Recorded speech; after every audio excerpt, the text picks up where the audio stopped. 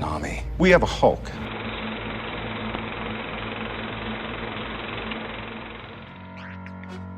This is M-Wire, Movie Week in Review.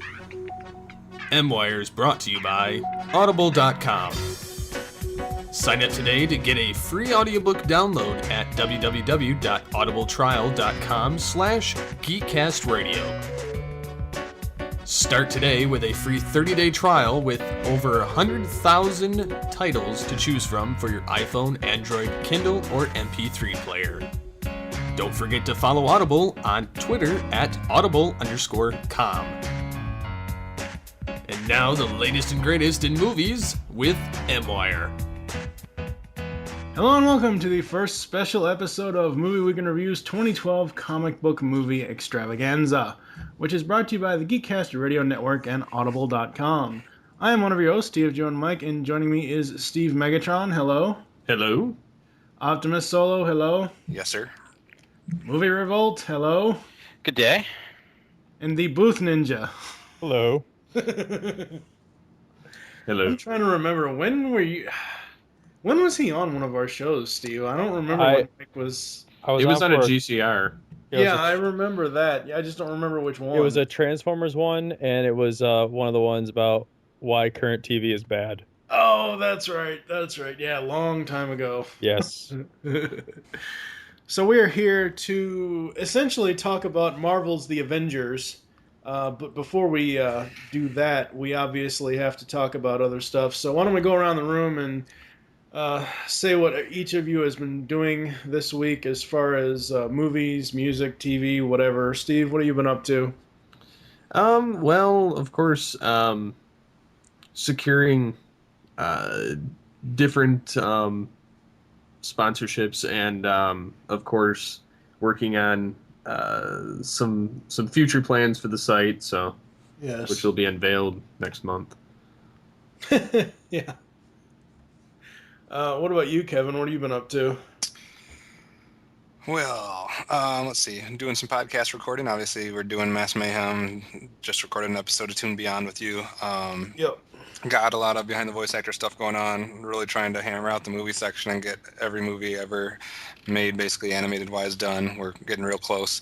And we're also prepping for our second season of Actor Voice Out. Awesome.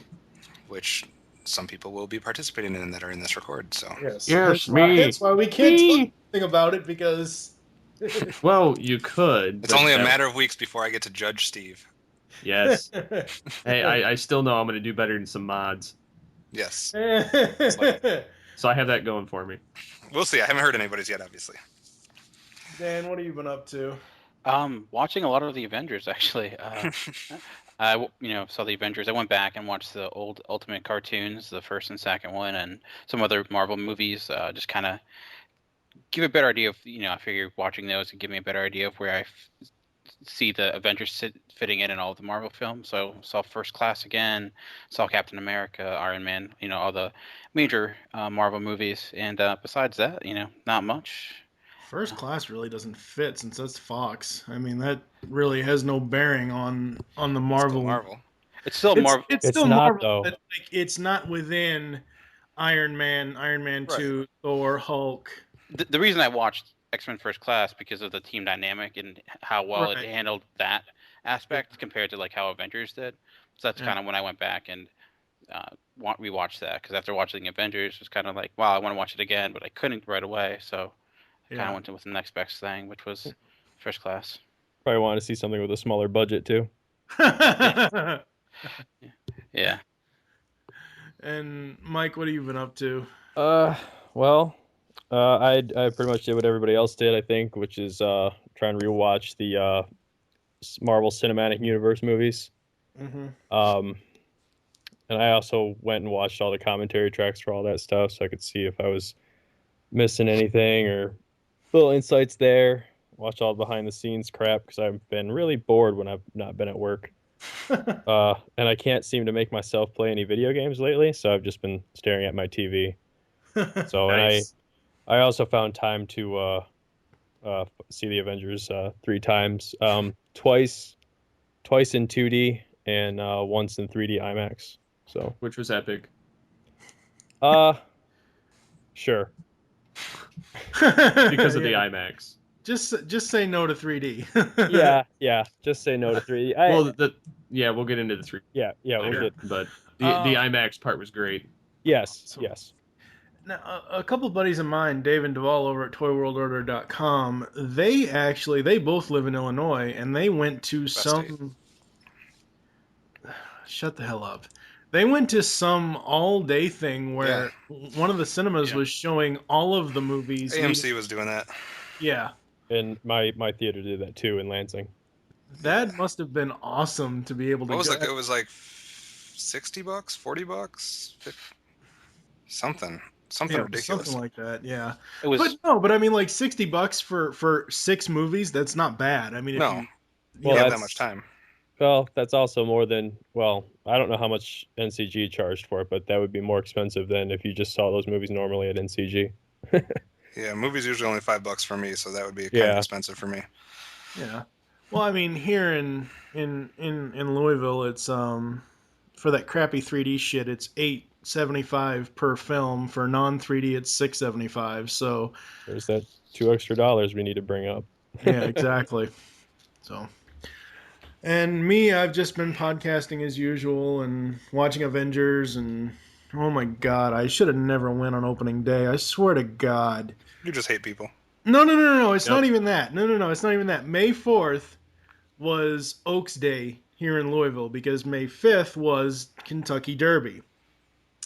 So Louisville actually made something on May 4th besides Star Wars Day? Yes. What's wrong with your city? It's not my city. I don't claim it. I just live here. Anyway, I completely forgot about Derby and didn't realize when I went into the theater there's like 20 adults and like 50 kids. Did they all have riding crops? Oh my god. No. Wasn't that kind of adult movie, thank you very much. But it's like normally I will go in the middle of the day because I know no one is going to be at the theater I go to. And it's just more peaceful that way. But there's like people running all over the place, everything else. People won't shut up during the movie. People are actually running in the theater? Yes. I think you're exaggerating. Your theater sucks. I'm not. Yes, it does. Come on, T-Bob. Fuck you. Shut up.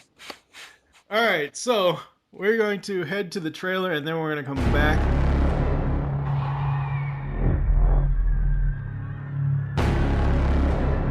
War has started. And we are hopelessly outgunned. Director Fury, I think it's time. You here with a mission, sir? Trying to get me back in the world? Trying to save it. Doctor, we need you to come in. What if I say no? I'll persuade you. What are you asking me to do? It's called the Avengers Initiative. I thought I didn't qualify. Apparently I'm, what is it, volatile, self-obsessed, and don't play well with others. I think they need a timeout.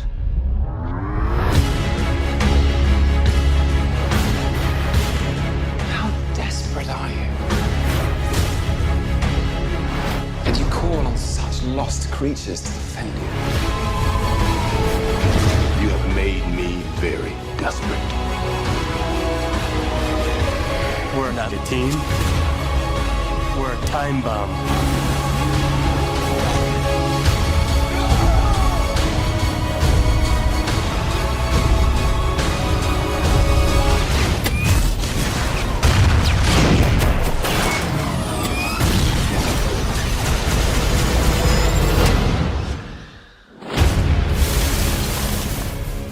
This is nothing we were ever trained for.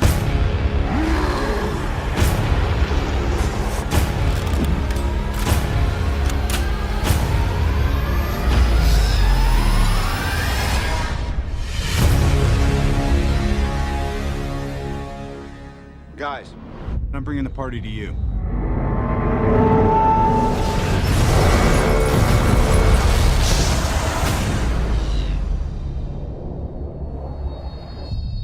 we get into Avengers, we have to talk about the other 5 or 6 or however many there are Marvel movies that 5. happened before it. What? 5. 5, Well, 5, 6, whatever. Iron Man, Iron Man 2, The Incredible Hulk, Thor, Captain and, America. oh yeah, and Captain America, right? Yeah. I loved Iron Man. I thought it was one of the best comic book movies at the time in 2008. This is before it released before The Dark Knight Rises, but I mean, at least for Marvel comic book movies, I thought it was one of the better ones that they had ever done. I unlike a lot of people, I really enjoyed Iron Man 2, simply because I thought I kept seeing references to the old 90s cartoon in it. So, You're not alone with liking Iron Man 2. I think it gets a lot of bad rap for being bogged down with the Shield stuff. yeah. But I enjoyed it. I find it highly watchable. So Yeah. Thor uh, okay. Thor was essentially just Padme in a Marvel movie to me. Thor and the Incredible Hulk are more so characters that don't stand well on their own. Like Superman. They need a ensemble cast in order to function properly, whereas Captain America and Iron Man can function by themselves. Well, I mean, and people can correct me if I'm wrong here and on, once this is published, but essentially Hulk is just Bruce Banner or David Banner, whatever the fuck he's called in this iteration. It's just him trying to find a cure for himself. And that's really all it is. Yeah, Abomination's in there, and if you watch that Crappy's 90 cartoon, there's the leader. Oh my god, I've been watching episodes of that and my brain fucking hurts. But I mean, Hulk, there really isn't, unless he is teamed up, there really isn't much you can do with that story. Well, I think the problem with the Hulk, and a lot of people have been saying this, is that the first 2 movies, it's all about Ben contain and control. Mm-hmm. And you never get to see him just go ape shit, which is what the Hulk is. Yeah. And you can't really show how powerful he is without having weaker people around, like quote unquote weaker people around him. Right. Yeah. So. And Captain America, I absolutely loved Captain America. I thought it was great. Of course, I kept seeing Two-Face in there. Two-Face without his makeup. Only you would draw that reference. Yeah. Right. I'm probably gonna get slapped for this, but I actually have seen all of those except for the Incredible Hulk. That's okay. You're not missing anything. You're not missing anything. I've never liked Hulk as a character. Maybe I do now after this movie, but I've never been interested in seeing anything that had the Hulk in it. So I missed that one, so I can't judge that one. But I like Thor better than most people do, but I still think it's the lowest out of the 5. But I didn't have as many problems as a lot of people did. I liked both Iron Mans. I actually can't really separate those two. To me, they're on par with each other. Right. But for me, it's easy that, in my opinion, Captain America was the best out of the 5. Yeah. What about you, Dan? What I think is the strongest would probably be Iron Man. I think that kind of revolutionized comics book movies in a lot of ways. Like, it showed a minor character can actually carry a bigger movie, and kind of, if it wasn't for the success of Iron Man, we may not even have the Avengers. My least favorite is probably Iron Man 2. The reason being, I enjoyed it. I don't think it's a bad movie. I just think the second half it gets really bogged down, like we mentioned with the Shield stuff. But overall, I think Tony Stark, just his character in that, it gets his. I think they wanted to do kind of like the Demon in the Bottle storyline, but they never went all the way with it. I think I enjoyed Thor. I think it's a hard movie to sell. I'm a fan of the Thor character, and I think the character actually has a lot to him if he's in the right hands. And I think Kenneth Branagh did his best as possible selling that character to the general audience, because he's a tough sell. It's like combining, Lord of the Rings with Star Wars, and it's tough. And overall, I thought they did a decent job with that. But Incredible Hulk, I think that was a fun ride. I liked Ed Norton's performance. They did a lot of throwbacks to the old TV series, but like you mentioned, the Hulk is a minor, like, the character is not that complex. It can be. No. But it can be, but it wasn't. Yeah, it's basically the Dr. and Jekyll, Mr. Hyde storyline, and it just overall it's hard. It's a hard struggle to get, and it can be done well. Like Planet Hulk, I think is probably one of the best Hulk stories ever told, and I think that would make a great movie. Not cartoon, because I tried that and that did not work at all. But I think he's a character that can. I'll get like Thor. They're tough sells, and you needed those movies in order to make the Avengers, but right. They're not as good as Iron Man, and I think Cap is really great as well. It's like the Raiders of the Lost Ark meets a comic book movie, and I thought that was that and Iron Man are like right next to each other in my book. Yeah. So. What about you, Steve? Well, first of all, I think Iron Man, the first film, is by far the strongest out of the 5. Followed closely by Captain America. The Incredible Hulk, I did not care much for it or its portrayal, whereas this film, it's obviously polar opposite. Same thing with Thor. I tried watching that movie and it put me to sleep. Suffice it to say, I don't particularly care for either one of those characters, so that's probably why I didn't care for the films. Captain America, I thought was really well done as far as being in its World War II timeline and then bringing it to modern day. And then Iron Man 2, granted, it does have a lot of S.H.I.E.L.D. stuff in it, but I still think it's still a good enough film and definitely helps bring you into the Avengers movie. Yeah. But I'd have to say that Iron Man is by far the strongest out of the 5. What about you, Mike? Well, I have to go with the Iron Man being the strongest of them for me. Yeah. And Iron Man 2 is right up there. I mean, the part that people hate was just the shield part and like just him tinkering around with his dad's stuff, and I think like I found that interesting because it's layered with a whole bunch of stuff. And it really strengthens what goes on. The Incredible Hulk, I liked it, but it's the weakest of all of them. I like Edward Norton. That's actually one of the knocks I had against the Avengers early on, was when they didn't bring Edward Norton back. I mean, I understand all the politics and stuff that went on behind the scenes and stuff like that, but it was like one strike against the movie from the get-go for me. And then I kind of felt when they started revealing stuff for Thor and for Captain America, I never had a problem with like the cast or the directors or anything like that, except for Captain America's director.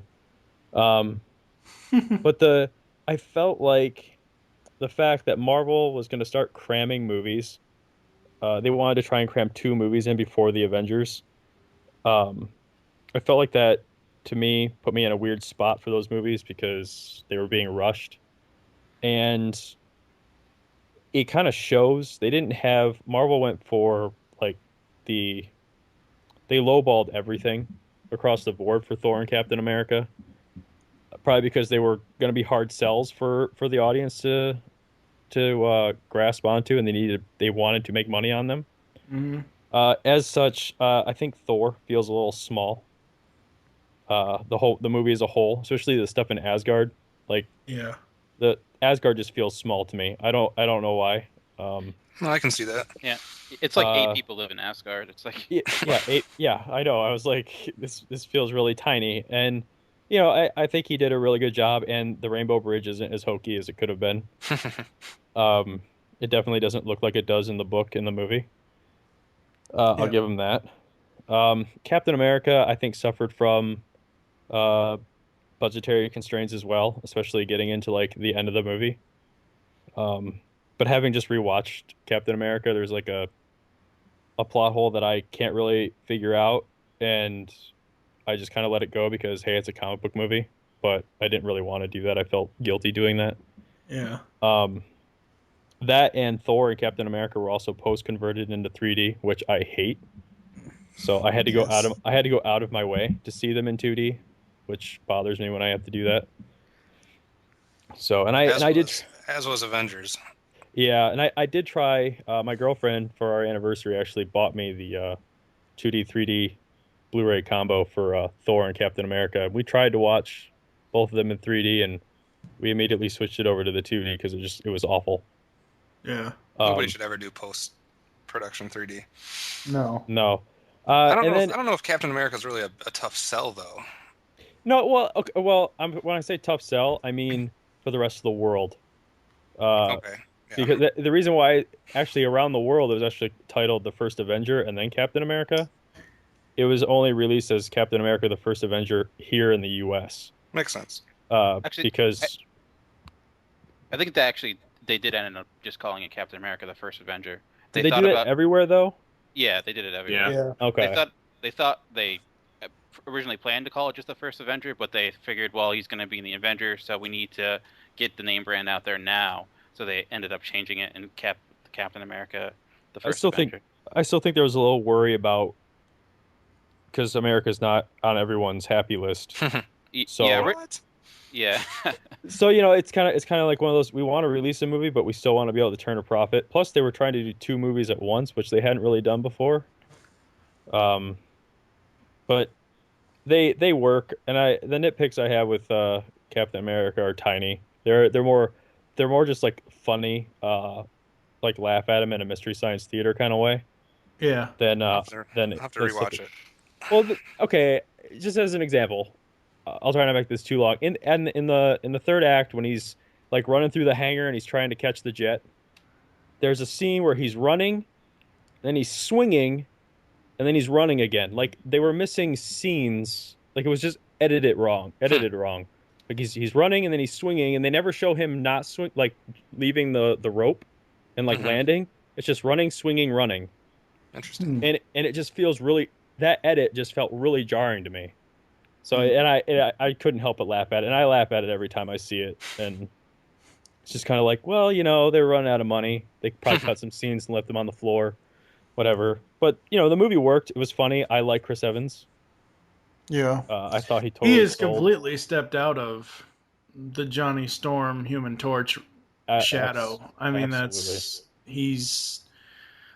was one of my skepticisms when he was announced as being Steve Rogers, Captain America. Was like, but wait, he's already the Human Torch. How the hell are they going to do that? But they pulled it off really well. The funny thing about that, for me, it was him and the Losers. Oh. That made me think that he could be Steve Rogers. And it was mainly the scene where he's playing the package delivery boy. I don't know why. I can see like little scenes like that, and I'm like, okay, he can be Captain America. I think the thing for me with Hulk, with Incredible Hulk specifically, is they used Edward Norton as Bruce Banner, but they used Lou Ferrigno as the face of the Hulk. Don't get me wrong, I love the nod to the old TV series, but I liked it better here in Avengers, where they're using Mark Ruffalo for both parts versus 2 different likenesses for the 2 characters. And they did use They still use Lou Ferrigno, just not visually. they used him as the voice. Right, they used him as the voice, but there's a difference between using him as the voice of Hulk versus having his face on the Hulk costume versus having Ruffalo's face or whoever's going to be the actor playing Banner. That's my point. To me, I mean, I can't. I mean, I love Ed Norton, and I shouldn't be talking because I haven't seen The Incredible Hulk. But to me, Ruffalo looks more like I picture Bruce Banner than Ed Norton could. Right. I have to agree. The only funny thing I found, or the only cool thing I liked about the Incredible Hulk movie, was Stan Lee's appearance. That was funny. Yeah. When he died from the poison bottle. Good old Mr. Lee. Just real quick. Yes. Has anybody seen the Marvel one-shots on Captain America and Thor? No. Okay. They both involve Agent Coulson. Okay. One's called A Funny Thing Happened on the Way to Thor. I did see though. I thought you meant the comic books. You mean the little short stories? Yeah, the little short stories. Yeah, I did. I watched both of those. They're pretty interesting. I like the consultant one. Yeah, I thought they made it unnecessary to see the Incredible Hulk.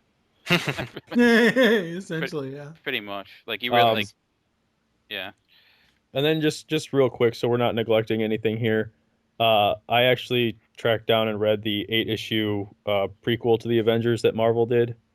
And I hate when studios do this kind of stuff. It basically explains what S.H.I.E.L.D. was doing during the 5 movies leading up to the Avengers. Right. And it also gives insight as to why the Black Widow appears terrified in this movie so often. Which is something I didn't really care for, but after I read the comic, I was like, well, all right, I guess it makes sense. Yeah. They artificially placed her in the Incredible Hulk through the comic. So that's why she's like afraid of the Hulk as much as she is. Yeah. So, and then, they just explain like where the destroyer came from. And they also explain that it's basically a year from the end of like Iron Man 2, Thor and Incredible Hulk all take place in the same week. Right. And then it's a year from those movies to the very end of Captain America. Right. I did not know that. In watching, I thought the Captain America thing also happened in the same week as the other movies. I did not realize it was a year later. Makes sense, though. And there's very few things in the Avengers movie. Like, they say, like, a year ago. But to me, when they say a year ago and they don't reference an event, I don't really know what a year ago means. And the comic actually put all that stuff in perspective, and I actually enjoyed the movie more, but less, because they did that stuff. Yeah. My biggest thing about prequels, doesn't matter if it's comic form or book form or anything else, is it's like, it's not... Okay, that's great knowing what happened between those movies and whatever the current movie is. That's fine. But doesn't really, what if they add something in at the end of that prequel, or, at the end of whatever novelization that isn't in the actual film? That's what pisses me off about those kind of books, is like, it's like, I don't know, it's why I don't read that stuff and I just go see the movies. Well, see, and I agree with you. I completely agree. Like, I don't like this kind of stuff. Heroes pulled this shit a lot.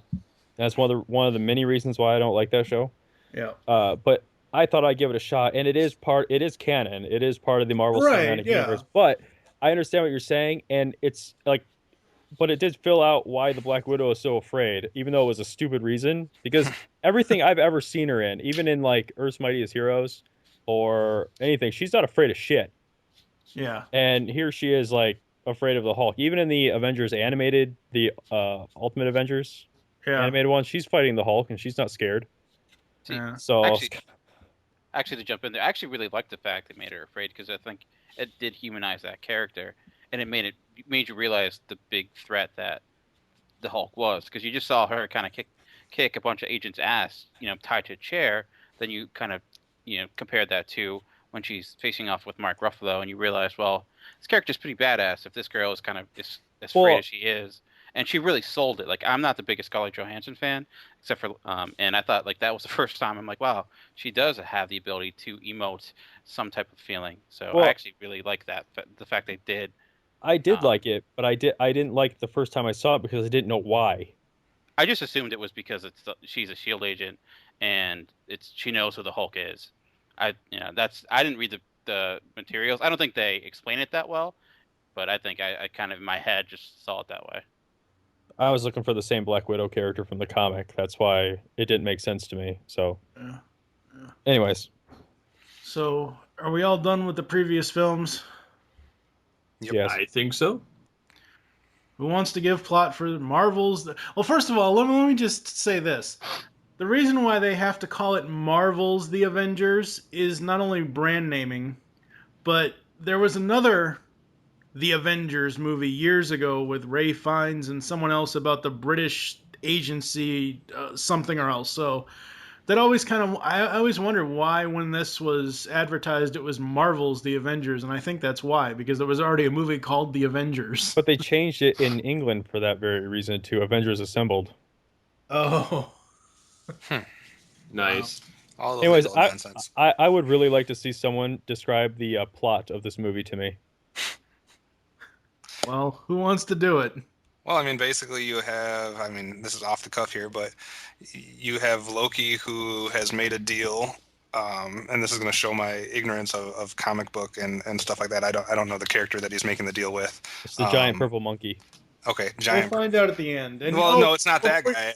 He's dealing with the under guy first. Right. Wow. He's credited in he's credited as just the other one. No one really knows who he is. Like some people have speculated, but no one has came out with a definitive answer yet. He's just known as the other.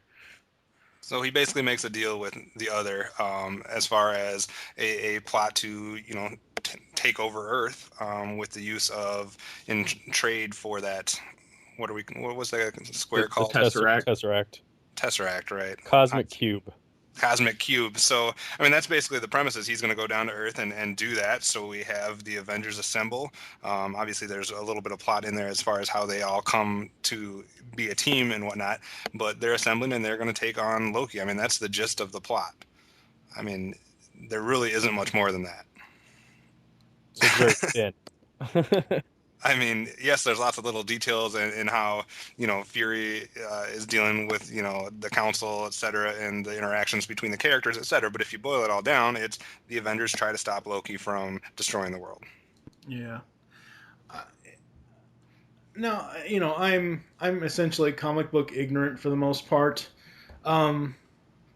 Besides Loki, what other rogues do the event? I mean, sure, you could throw in Justin Hammer from Iron Man. You could throw in the General Ross from Hulk. You could throw in Red Skull from Captain America. That's it. Like you've been watching Earth's Mightiest Heroes, right?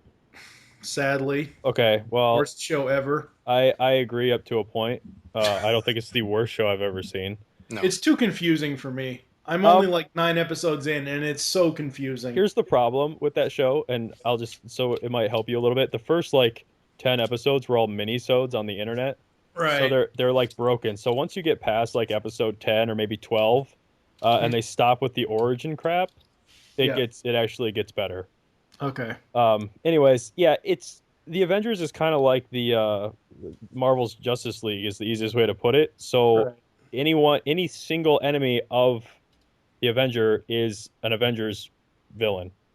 Right, but specifically to DC, Darkseid, even though he's a Superman villain, he's also like one of the biggest and baddest villains that the DC universe has. Not just that he's a Superman villain, but he is one of the ultimates. Yeah. Same thing with Brainiac. Yes, Brainiac is a Superman villain, but Brainiac has, on a larger scale, he wants to destroy the universe and remake it in his own image. That's a large scale thing. The Avengers have their main characters as well. I mean, they have Kang the Conqueror who can travel through time. They have Ultron.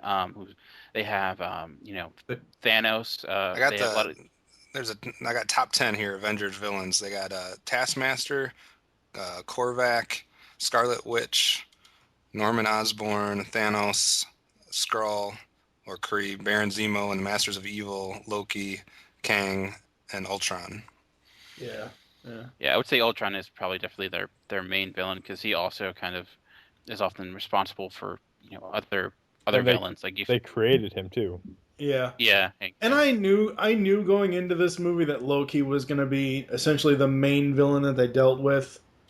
But I don't know, it just kind of felt, I mean, it's not a slight that I have against the movie. I don't know, it just kind of felt, okay, we're going with Loki, yay. I think the reason they did that is for the same reason that Thor was as crazy as it was.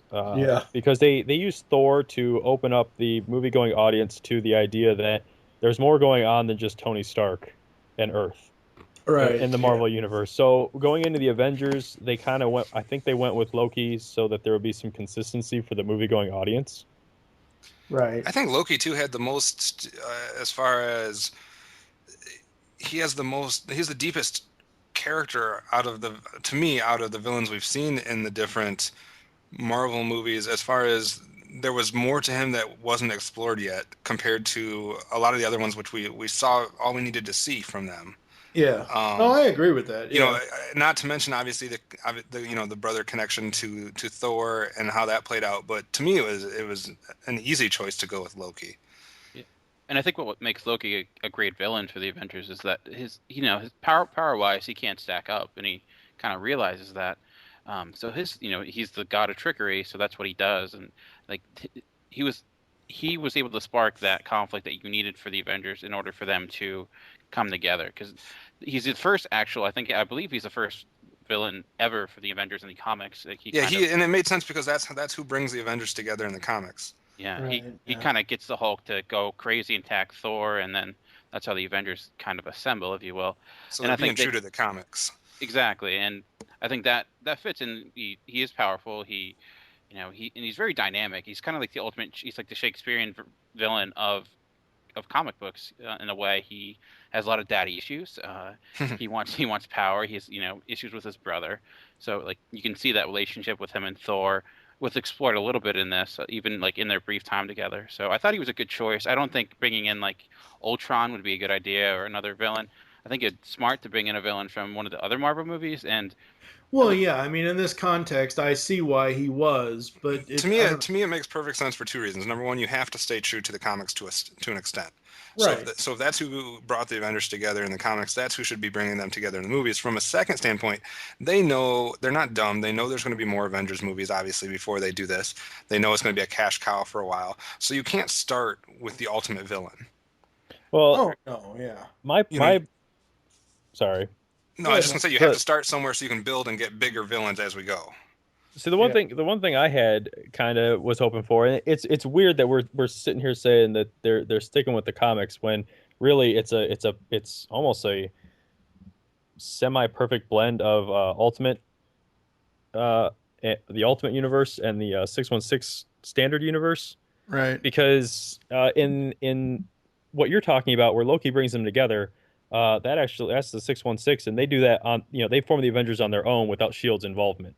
But with Shield being involved, that's straight out of the Ultimates, where Shield actually forms the Avengers and tries to mix the perfect concoction and stuff like that. So it's weird that they went 50-50. I mean, they didn't really.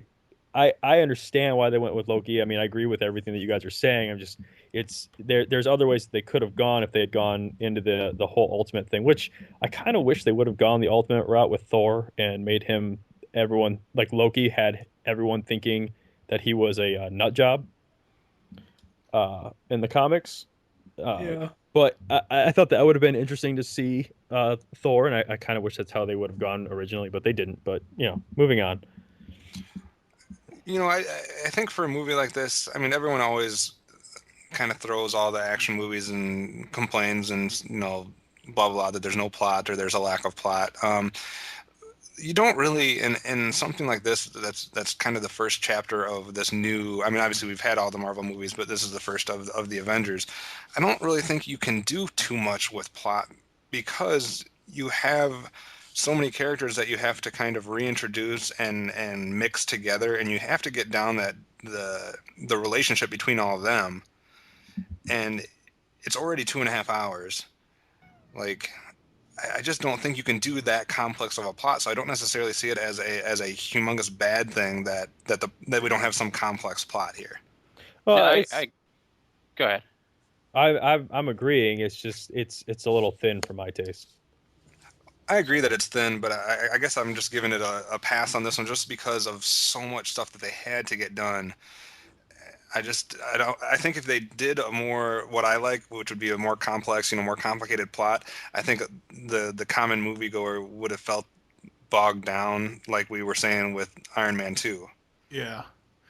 Well, you had to put in a majority of action scenes. Yes, there is the Bruce Banner story. Yes, there is the story of Loki and Thor. Essentially, Tony Stark, Iron Man, essentially, he's just there. I mean, because he's already had 2 movies. You really don't need any more story with him. Captain America, his one movie essentially told his entire origin story, and now he's in today's universe. So you don't really need a lot of story with him in this. Essentially, this is a Bruce Banner Hulk. I kind of disagree. Thor and Loki movie. Not well. Okay, why? To me, the person with the most character development in this entire movie from beginning to end is Captain America. Excuse me. What movie did you watch? It's Captain America, because he starts the movie this confused, out of place, out of time character that's not getting along with anybody, and really isn't being a leader. And by the end of it, he's the one that's bringing the group together. He's the one that's directing them, delegating them, giving them, from a military standpoint, direction. To me, he grows leaps and bounds from the beginning of this movie to the end, more so than any other character. I think he's the only character that moves in this movie. Yeah, and I agree. What I was essentially saying though is this is the plot here, not counting the action scenes. The plot here is mainly focused around Hulk and Loki. Is really where it's focused, because that's Loki's ultimate goal, is to get the Hulk to come out. And there have already been 2 Hulk movies at this point. The first one, the Crouching Tiger, Hidden Dragon version, doesn't really count. That have already explored his story of his backstory, whereas this one, he's controlling it. He knows how to control it. He's not just hulking out all the time. Not every little thing is going to set him off. Well, Like I agree that Loki and Hulk are the main, as far as the plot goes. They're the main focus. I don't think they're the main focus. I think they're, as far as the plot goes, they are the key components, because Loki's the one trying to do everything and he's trying to use Hulk. But as far as like the focus, I think the focus, and what surprised me in this movie, is that they did such a good job of evenly spreading it across all of them.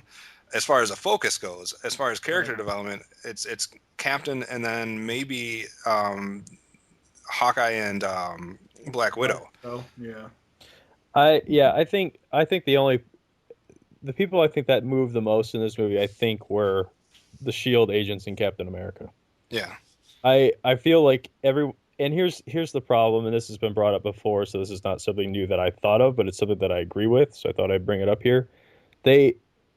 And I actually had part of this opinion back when Joss Whedon was announced as the director of Avengers, which I took as another strike against the movie, because I am not a Joss Whedon fan. Nor am I. The only thing he's ever done that I like is Firefly. Everything else I don't really care about. So I know that he can do groups, and he can do it really well, and I know that he can write really well. I just don't really like his stuff. But anyways, I came to the realization that there's nothing the only thing Joss Whedon could do with this movie is screw it up. Like, it was going to be good anyways, because everything had already been done for him. All the actors were already cast.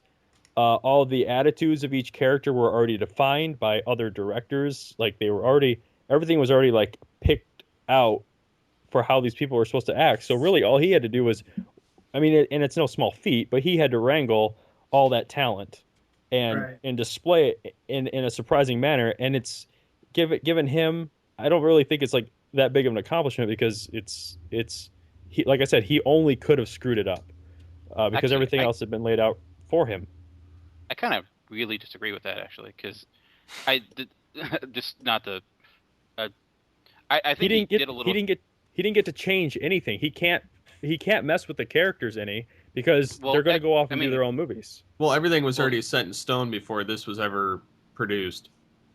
Well, a lot of the Captain America character was actually done by Joss Whedon in his rewriting of the Captain America script.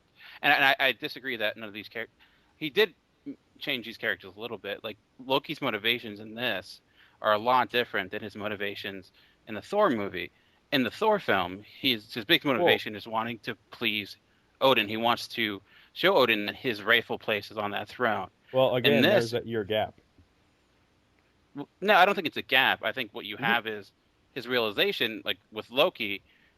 There is a gap there, but I think changing his motivations not so much as trying to please his father, more so to trying to show that he deserves this. It's what he's just getting what he deserves.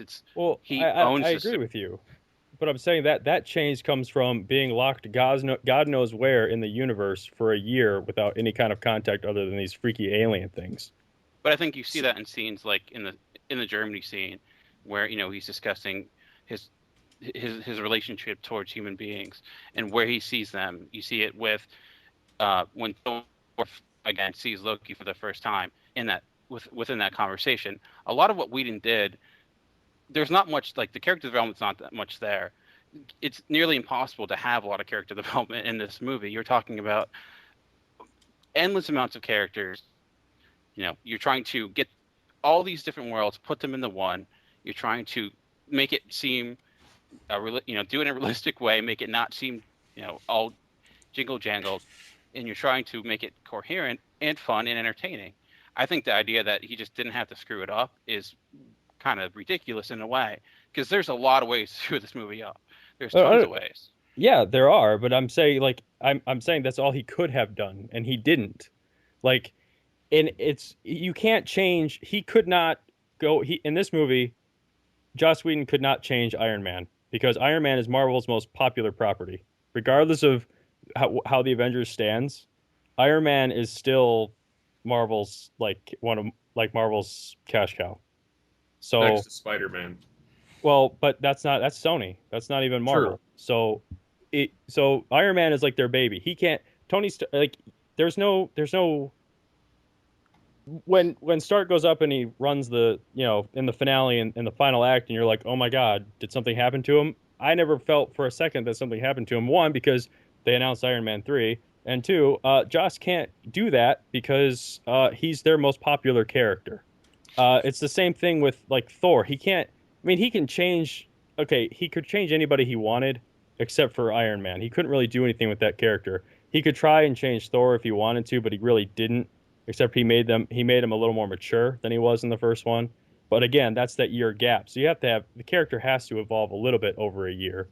And I like what he did with Cap, which is why I said that Captain America and the S.H.I.E.L.D. agents are really the only people that kind of moved. And I do know that he did the rewrites on Captain America so that it would fit a little better with his Avengers movie.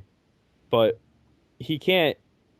There's only so much that he can actually do with the movie that wasn't already set for him when he picked up the paper to write what they're going to say.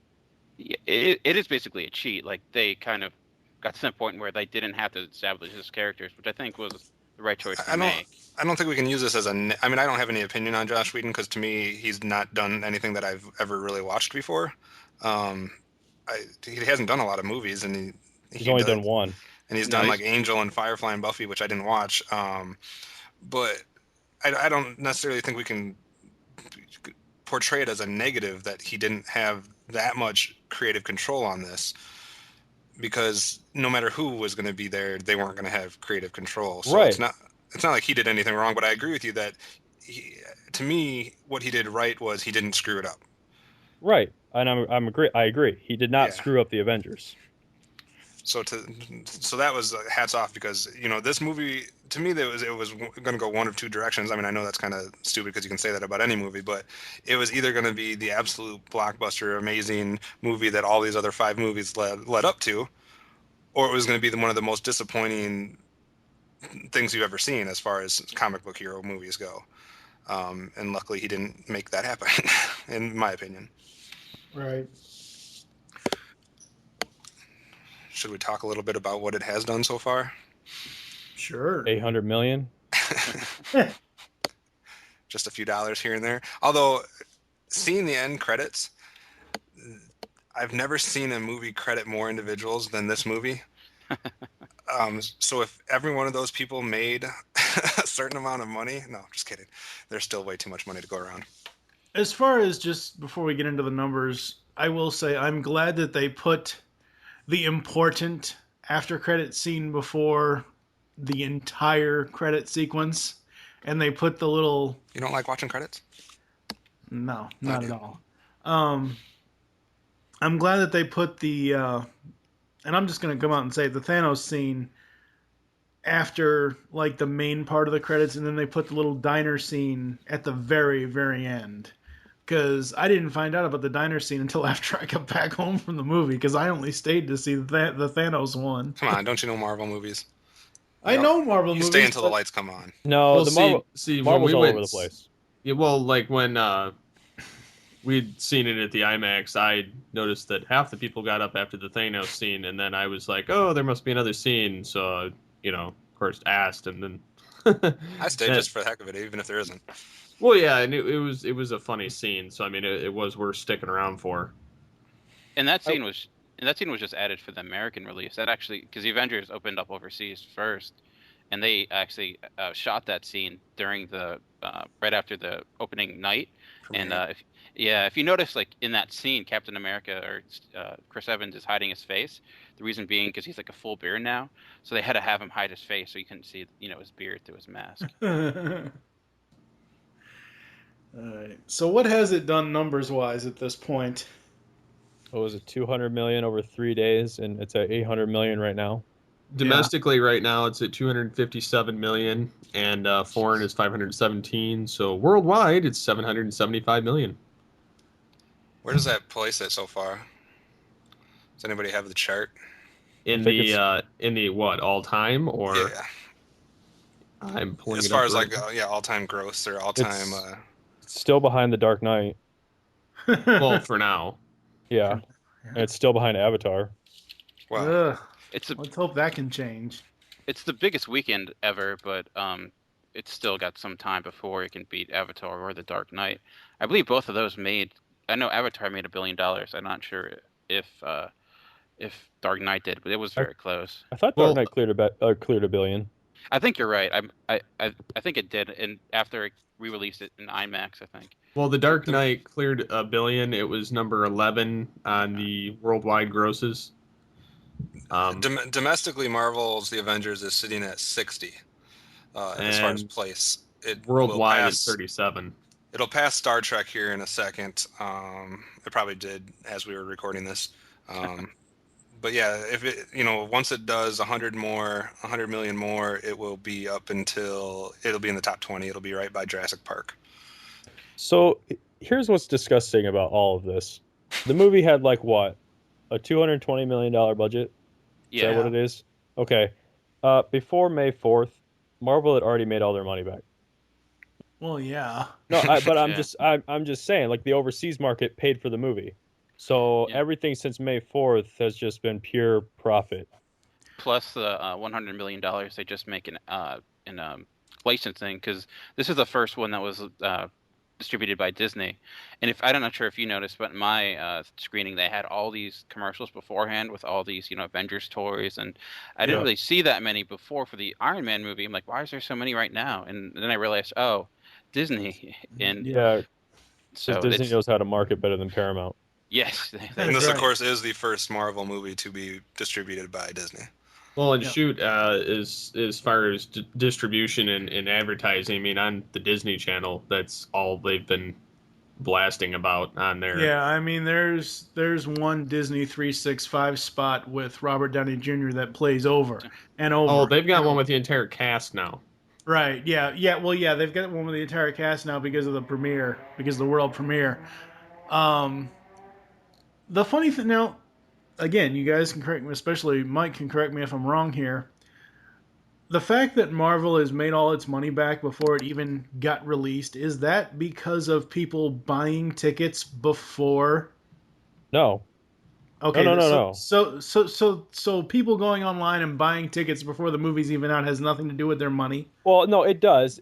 But I'm saying like the overseas market when they were like, oh, it's already made $200 million overseas. That's not counting the U.S. box office, which is the tickets that you're talking about. Right. Yeah. Okay. So the $200 million total for that 3-day weekend, is including the pre-sale tickets that you're talking about. Oh. So with the 4 comic book movies that are currently ahead of it, are we saying that it's going to pass all of them?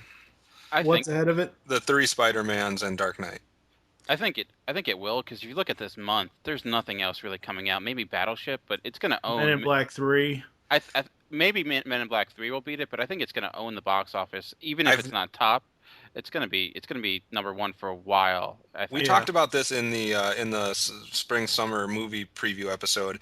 I have never seen more movies afraid of a movie as far as when it came out in my entire life. Star Wars. Yeah, but even Star Wars had some stuff that came out. I mean, comedies, junk. I guess so. Yeah, but to me, I mean, as far as comic book movies, I've never seen, like, usually, somebody will put something up against it and everyone just like ran and hid. Yeah. Well, because as we've already said in this episode, this was the culmination of the last 4 years. Yeah, this is like 4 years of pent up sexual frustration for nerds. Nice. It was very well planned and well executed. Yes. Yeah. I'm even surprised that Marvel is going head to head against DC in July, because Spider-Man comes out July 3rd, Dark Knight Rises comes out the 20th. Again, It's that's Sony. Sony. That's Sony. I know, but I know, but it's still a Marvel character though, But regardless of it's not Marvel Studios though. It's not. You Right. can't. It's, right. It's not Marvel that planned it. It's Sony that planned it. And I think that's just an example of how Sony doesn't know what it's doing sometimes. Because it's just, I think Sony thought it had to pick a week. Like, you can't go right after the Avengers. You can't go right after the Dark Knight Rises. Because I think after that, people are gonna maybe be done with superheroes. So they thought. Well, in a way, though, I mean, they are. I don't know. It's like double-edged, because yes, you're looking at it from a standpoint where they might not get as much because Dark Knight's out there, but they might be looking at it as Dark Knight's not going to get as much because they're out there. That's true. Well, Like- I know. I seriously doubt that, though. I mean, that Spider-Man movie's probably going to do good. It's probably going to make its budget back. And the movie looks great because they actually tell a different story than all the other ones previous. But I'm sorry, Dark Knight Rises will kill that movie. It's kind of hard to say. No, Spider-Man has done so well for so many years, and Yeah. I'm a Batman fan, but I mean, it has 3 movies in the top 25 of all time. We didn't talk about this with the Avengers, but we're talking about Spider-Man versus Batman. 3D ticket prices. Yeah. That's Mm-hmm. that. Well, they're no, both going to be in 3D. No, No, Batman's Dark- not 3D. Oh, I thought they were both going to be in 3D. Oh no, Nolan Chris- hates 3D. Yeah. That's Dark too Knight bad. Rises does have the IMAX, but IMAX isn't as, it's not in every theater. There's usually only one screening per movie theater if they even have one. So I think that's going to hurt it overall. I mean, it's probably going to get a lot of rewatches because people are so hyped for that movie. But At the end of the day, though, those two are going to ensure that Avengers is the blockbuster #1 of the year. Actually, you guys Yeah, want to know something interesting? And I don't know. We can't figure out why this actually happened. The Avengers, the biggest movie in America, right? Got pushed out of the IMAX by that Johnny Depp movie. Oh God! Yeah, it did. It did in my theater too, and because I just went to see it today, and the theater I chose to go to was a 14 screen, and Avengers was playing on screen 14. Like, it should still be on screen 1, which is the bigger one. Yeah, so it's weird that it usually a movie like that, especially with Disney being the distributor, Disney can pretty much strong arm anybody out of the IMAX and be like, no, we want this for our fucking selves. But the Johnny Depp movie went in there. I don't know how that happened, but everyone in our theater was actually kind of shocked. Not to mention the fact that we can't figure out why that movie's in IMAX in the first place. Yeah, that Tim movie Burton so knows does not something. need to be in IMAX. Hell, that damn movie should be a direct-to-DVD release. This is completely off the topic, but I don't know what your guys' theaters did for previews and whatnot.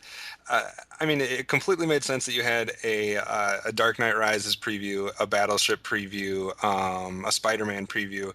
Did all of your guys throw not only the Tim Burton animated movie, but also, I guess the Disney one makes sense, but it seemed weird to me that there was 2 animated previews thrown in there. Which ones were in yours? Brave and the Frankenweenie. We didn't have those. I didn't have those. All right, here's what happens. So the theater gets most theaters, at least the 2 that I've worked at. So there's only 2 that are bigger than the other one that I worked at. They have a contract with Disney. And you'll probably, if I tell you this, you might notice this. You might not be able to unsee it now. Almost every movie you go to, at least one of the trailers will be from the Disney family of movies, Right. whether it's Touchstone or straight up Disney or Pixar or something like that. Okay, so that is like a contract they have with the theater. Then there's the an attached trailer or whatever comes on it. That one should be on there as well. In the digital age, sometimes we don't put that on there because it's not actually attached anymore. Frankenweenie was the attached, and Brave was the Disney trailer. That's just weird to me. So if they if that's how Disney sent it out, we didn't play the Frank and Weenie trailer. In fact, I actually switched up all of our trailers so that we were playing the Dark Knight trailer and the Spider-Man trailer because the other guys I work with don't tend to theme their trailers very well. But I will say, at our theater, we had in the IMAX, we had the Men in Black 3 trailer. Oh, we didn't see that one, yeah. Blew my was mind. Awesome. Blew my freaking mind. It was great. I actually said shit, and I put my hands out in front of me like I was going to hit the pavement. I don't like 3D. I can tolerate stuff that's shot in 3D, but as a general thing, 3D doesn't really wow me that much. And the scene where he jumps off the building to do the time travel thing, I actually felt like I was falling. It's because the screen was huge or whatever, but in 3D. But I actually, for the first time ever, I felt like I was doing something. 3D impacted me in a way that I was never expecting. I laughed because my wife jumped back in her seat. I'm not like, I don't know. Some you guys have really strong opinions on 3D or not 3D. I enjoy 3D. I enjoy IMAX more. It doesn't make or break a movie for me either way. So I don't necessarily care if I see it in 2D or 3D, but I don't hate it like Blanchard does. The only reason why I hate it is because the theater that I go to, and they give you these dumbass glasses, I don't see any difference. I honestly do not see any difference. I will never understand. You're not the first person that's told me that. It depends on where you sit. Because if you sit off to the side or real high up or real low, you're not going to really get the full effect. Whereas if you sit smack dab in the center, that's where I usually sit. And the only difference at the theater that I go to, the only difference is that the glasses that they give out is that it essentially dims the picture. Yeah. I think you need your eyes checked. The picture's being dimmed twice before it hits your eyes with 3D. So I just don't understand how people can't see it though. I hate 3D. I can always see needs it. To go away. My issue with 3D comes from one, in this area, they don't give you a choice. Yeah. Originally the run for my theater was 1 2D showing of the Avengers at noon, when nobody's going to go, and then the rest of the shows throughout the day were in 3D, and then they had the 3D IMAX. And to me, that's stupid because on Monday morning they're going to be like, man, 3D did great. Everybody wanted to go see it in 3D. Well, that's the only way you let them see it. And luckily, my theater wised up, and they said, okay, we have 1 theater for 2D, because it's a 14 and 15 with the IMAX. It was 1 theater was 2D, 1 theater was Real D, and then there was the IMAX. And actually what I noticed in working on Saturday was the IMAX sold out first because it's the freaking IMAX, and everybody wants to see it that way, whether it's 2D or 3D. Right. And then the 2D show sold out before the 3D show. People only went to the 3D show when everything else was sold out. I think a lot of it just is money-wise. Well, that too, but I can see them for free. I don't. Right, so but I mean, I'm saying if they're the same price, more people are going to go see 3D. That's what I think they should do, is cut the price. And some of you guys might scoff at this, but if they raised the cost of the 2D by $1 and lowered the cost of the 3D by $1, made them the same price, I think you'd have a lot less people bitching. My only problem with 3D is I have never worn glasses or contacts in my entire life, and for 2.5 hours to have a pair of glasses on my ears is annoying. Yeah, it bugs the hell out of you. Well, see, I wear sunglasses, and then I have prescription glasses that I hardly ever wear because I've got the magnet that attaches the sunglass part to my glasses. So I don't even know if you can call the IMAX glasses. They're not really glasses; they're like pieces of plastic on your face. But in any case, I don't mind that part of it. I don't particularly care to have to, one, spend the extra money, or really two, I don't care for the 3D feature. Not that it isn't cool when it works and when it's done right, but I'd rather either A, see it in IMAX, or just see 2D. Yeah, there was some hokey stuff in the Avengers too. Yeah, there were some scenes. It broke. Yeah, I didn't see it in 3D yet, so I can't speak to that. But I don't mind. I think if it's the same price, most people would choose to see 3D. But I have a problem with post-converted stuff. Yeah, post-converted stuff's no good, as is evident most and foremost by the Clash of the Titans. But maybe we should transition into people's favorite parts of this movie, highlight stuff they liked about it. Why don't we let Dan go first? He hasn't talked in a while. Sorry. Okay. Well, we've covered on a few things, and while I do agree, like the plot in the Avengers is pretty paper thin. It's not really a plot. It's reason for action, which I was okay with because this was some of the most fun I've had in theater in years.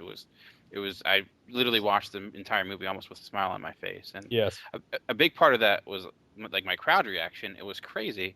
Like the cheering and the laughing was like to the levels of like I thought it was a sporting event because people were clapping and like obviously often in response to things the Hulk was doing, but it was just crazy. So it was just something I really enjoyed and really enhanced the experience. It's sometimes the theater experience can make a movie more enjoyable, and this is definitely one of those cases.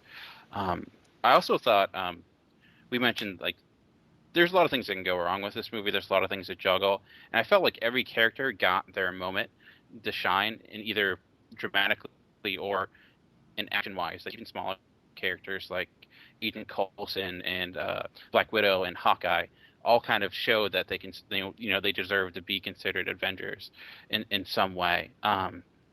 Also, we've had a lot of Hulks. This is our third Hulk in like 10 years, and I think Mark Ruffalo is the best Hulk yet. He has like this neurotic sense to him, and like, he's very cold and has a very dry wet that fits that character, and I like Mark Ruffalo to begin with, and I really liked him in this role. The action I thought was great. A lot of little moments here and there that are little fan service moments that I thought were really cool, like Hulk trying to pick up Thor's hammer, Iron Man shooting off of Cap's shield, blasting like a bunch of aliens. These little tiny moments, and I thought the final battle sequence was fantastic. Typical Marvel movies tend to kind of slow down in the second half, and often they kind of puddle out near the end. They're kind of Iron Man, like the big knock against Iron Man was the action wasn't that great. Iron Man 2 is kind of same thing. I think this by far was one of the best action set pieces in all of Marvel, and maybe even arguably all of comic book history. That may be a little hyperbole since I just saw it, twice in the last week, but I thought it was great. It was a really fun time, and it was literally like I was really worried this would disappoint me, and in the end, I enjoyed it immensely. I think I was just gonna say I think you touched on something that I wanted to bring up. I've enjoyed myself. I mean, I enjoy movies, period. As far as like an actual like visceral reaction, not visceral, but physical reaction to stuff. I mean, you usually get that mainly through comedies. I don't usually physically react to a movie unless it's like a comedy, like Hangover or something like that, where I'm physically like smiling, laughing, like feeling like I'm enjoying myself from beginning to end. I don't think I've ever enjoyed a action movie more than I enjoyed this one. Meaning, at one point my friend and I were laughing so hard we were crying. Yeah. And I've never done that in a movie, much less an action comic book superhero movie. I actually fell on the floor laughing at the island. Well, I haven't seen that one. But I mean the Hulk moments, especially when he uses Loki like a rag doll, when he punches Thor. Well, he did one other thing that I thought was hilarious too. It was probably the grin, because when Cap was giving out orders and he's like, "Oh yeah, Hulk, smash." And, yeah, there was that. There was the other one was when he got poked, when Iron Man poked him. Oh yeah, in the stomach. Like I thought that was hilarious. But when he picked up Loki and started flipping him around, the entire theater was dying. Yeah, they were laughing so hard. I think one thing this movie did that and again, this is a lot of us are speaking in the moment. We've just seen the film, and we may have different reactions, months from now, or even a year or two from now. But a lot of times in superhero movies, you don't get a genuine feel for the scope or the magnitude of certain things, because everybody's a superhero and all the action is taking place in the entire movie. And what I'm pointing to on this one is they did an excellent job of showing just how powerful and intimidating the Incredible Hulk is. Yes. As far as all of the other superheroes being in awe, being afraid of him, or knowing that it's something that you don't want to mess with. I think it was very good that they didn't put the Hulk at the same level as the other superheroes. Actually, I'll agree with you there, but I'll go one step farther with you. I think they did something that hasn't really been shown quite so well outside of, well, Ang Lee tried to do it, but he did it the wrong way. He failed. He had the Hulk get bigger throughout his movie. Right. But in the Avengers, they actually did this a really smart way. He actually starts out on par with Thor and then ends up being the strongest guy on the field, which is something that happens when the Hulk, the angrier the Hulk gets, the stronger he gets. And it's his feats of strength get bigger the longer the movie goes on. It's like he's getting angrier the longer he's mad about how long the movie is. I just think it was really good that the way that they separated the degree of power within these different superheroes, and that it wasn't like, you see like all these other ones. I love the X-Men movies, but you see those and it's almost like they're all superheroes. They're all special in their own way. This one, yes, they're all superheroes and they all have their own powers, but everybody down to a person was like, the Hulk's huge and powerful. Don't fuck with that. Yeah, well, that's what I'm saying. I mean, at first he's as strong as Thor. The second thing he can, second time, he fucking punches a troop transport thing and kills it in one hit. But Thor can't do that. No, not at all. But that's what I'm saying. They showed a nice escalation of his strength. That it's not just one thing. It keeps getting more and more. And another example of them showing the scale and the magnitude of things and not letting it get lost in the fact that it's all a superhero movie was what you pointed out before with Thor's hammer, and that even the Hulk couldn't pick that up. I thought that was not just a comical moment, but I thought that was well done because it again showed the levels of different things within this movie and pointed out specific powers, and it's not just like anybody can do anything.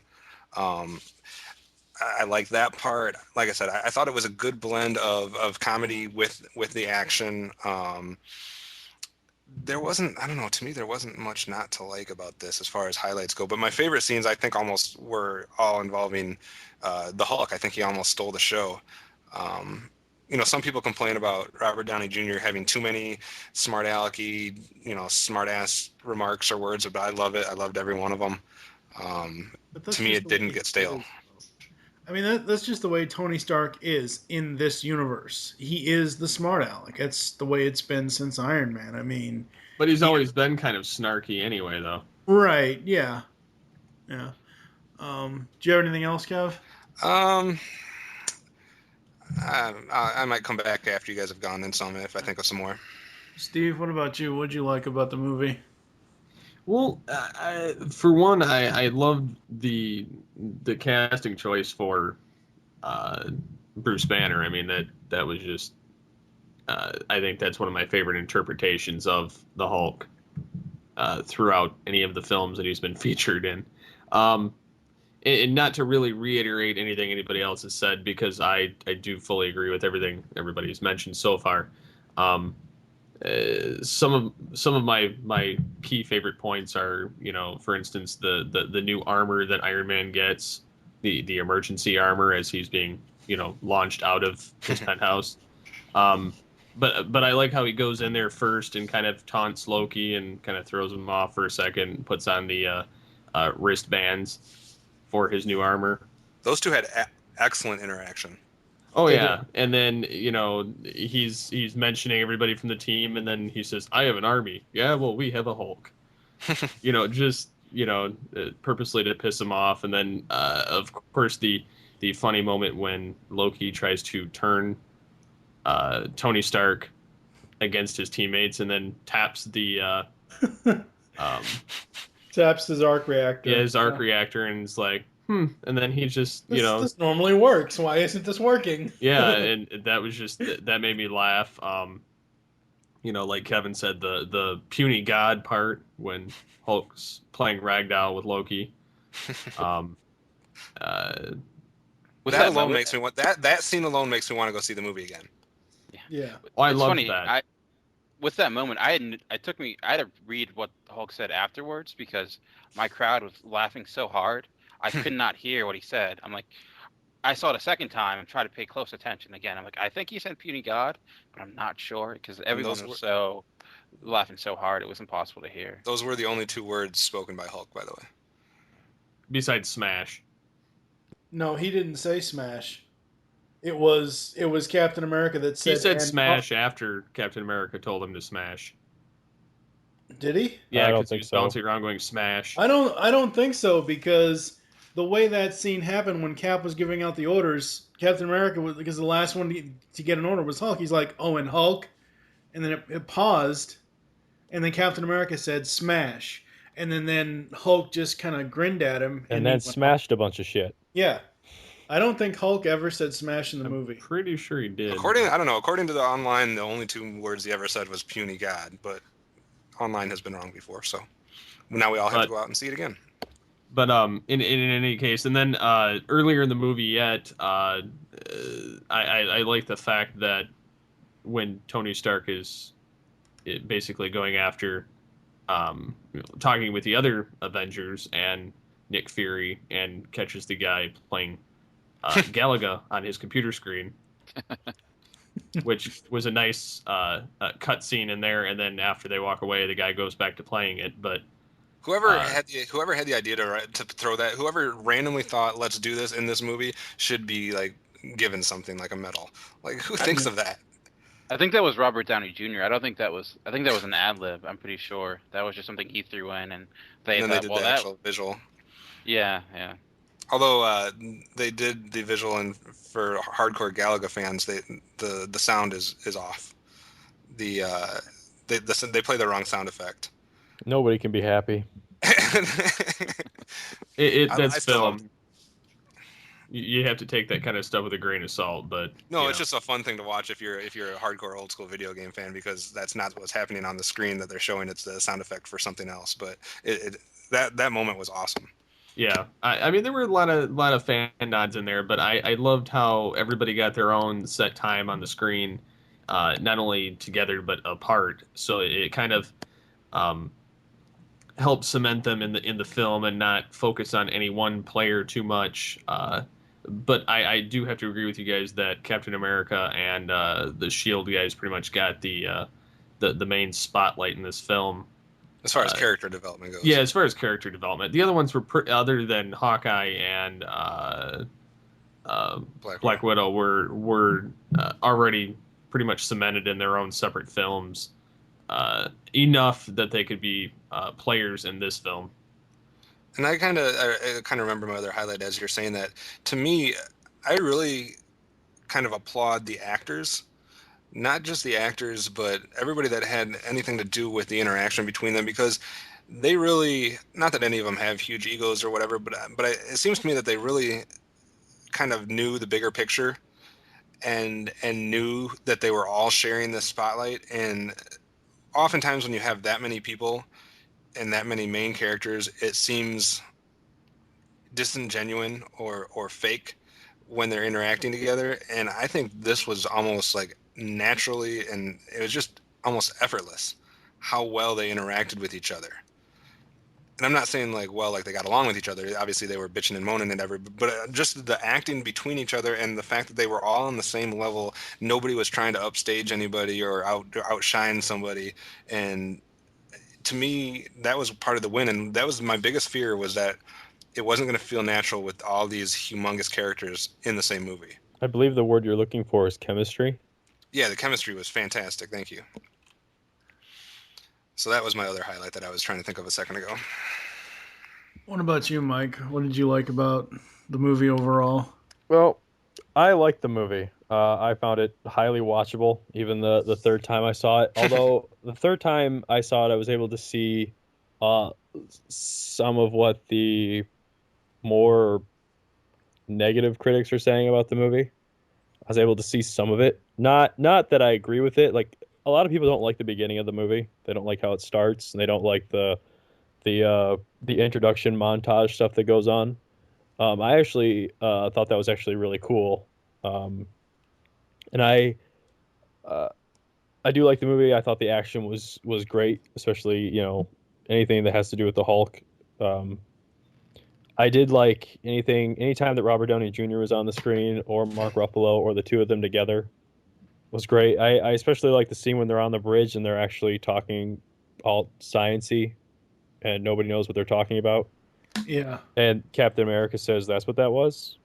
And it didn't dawn on me until the second time I saw it that Cap actually said that. Even though he's in the scene, the first time I saw it, I thought the entire interaction was just between Ruffalo and Downey. And I thought one of the two of them said that's what that was. When they said someone speaking English, but then I realized it was Cap, and it just made it was Cap. funny. Yeah.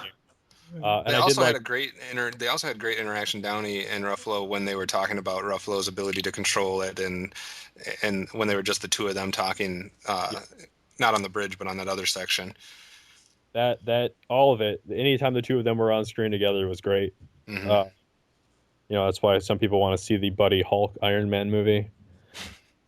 I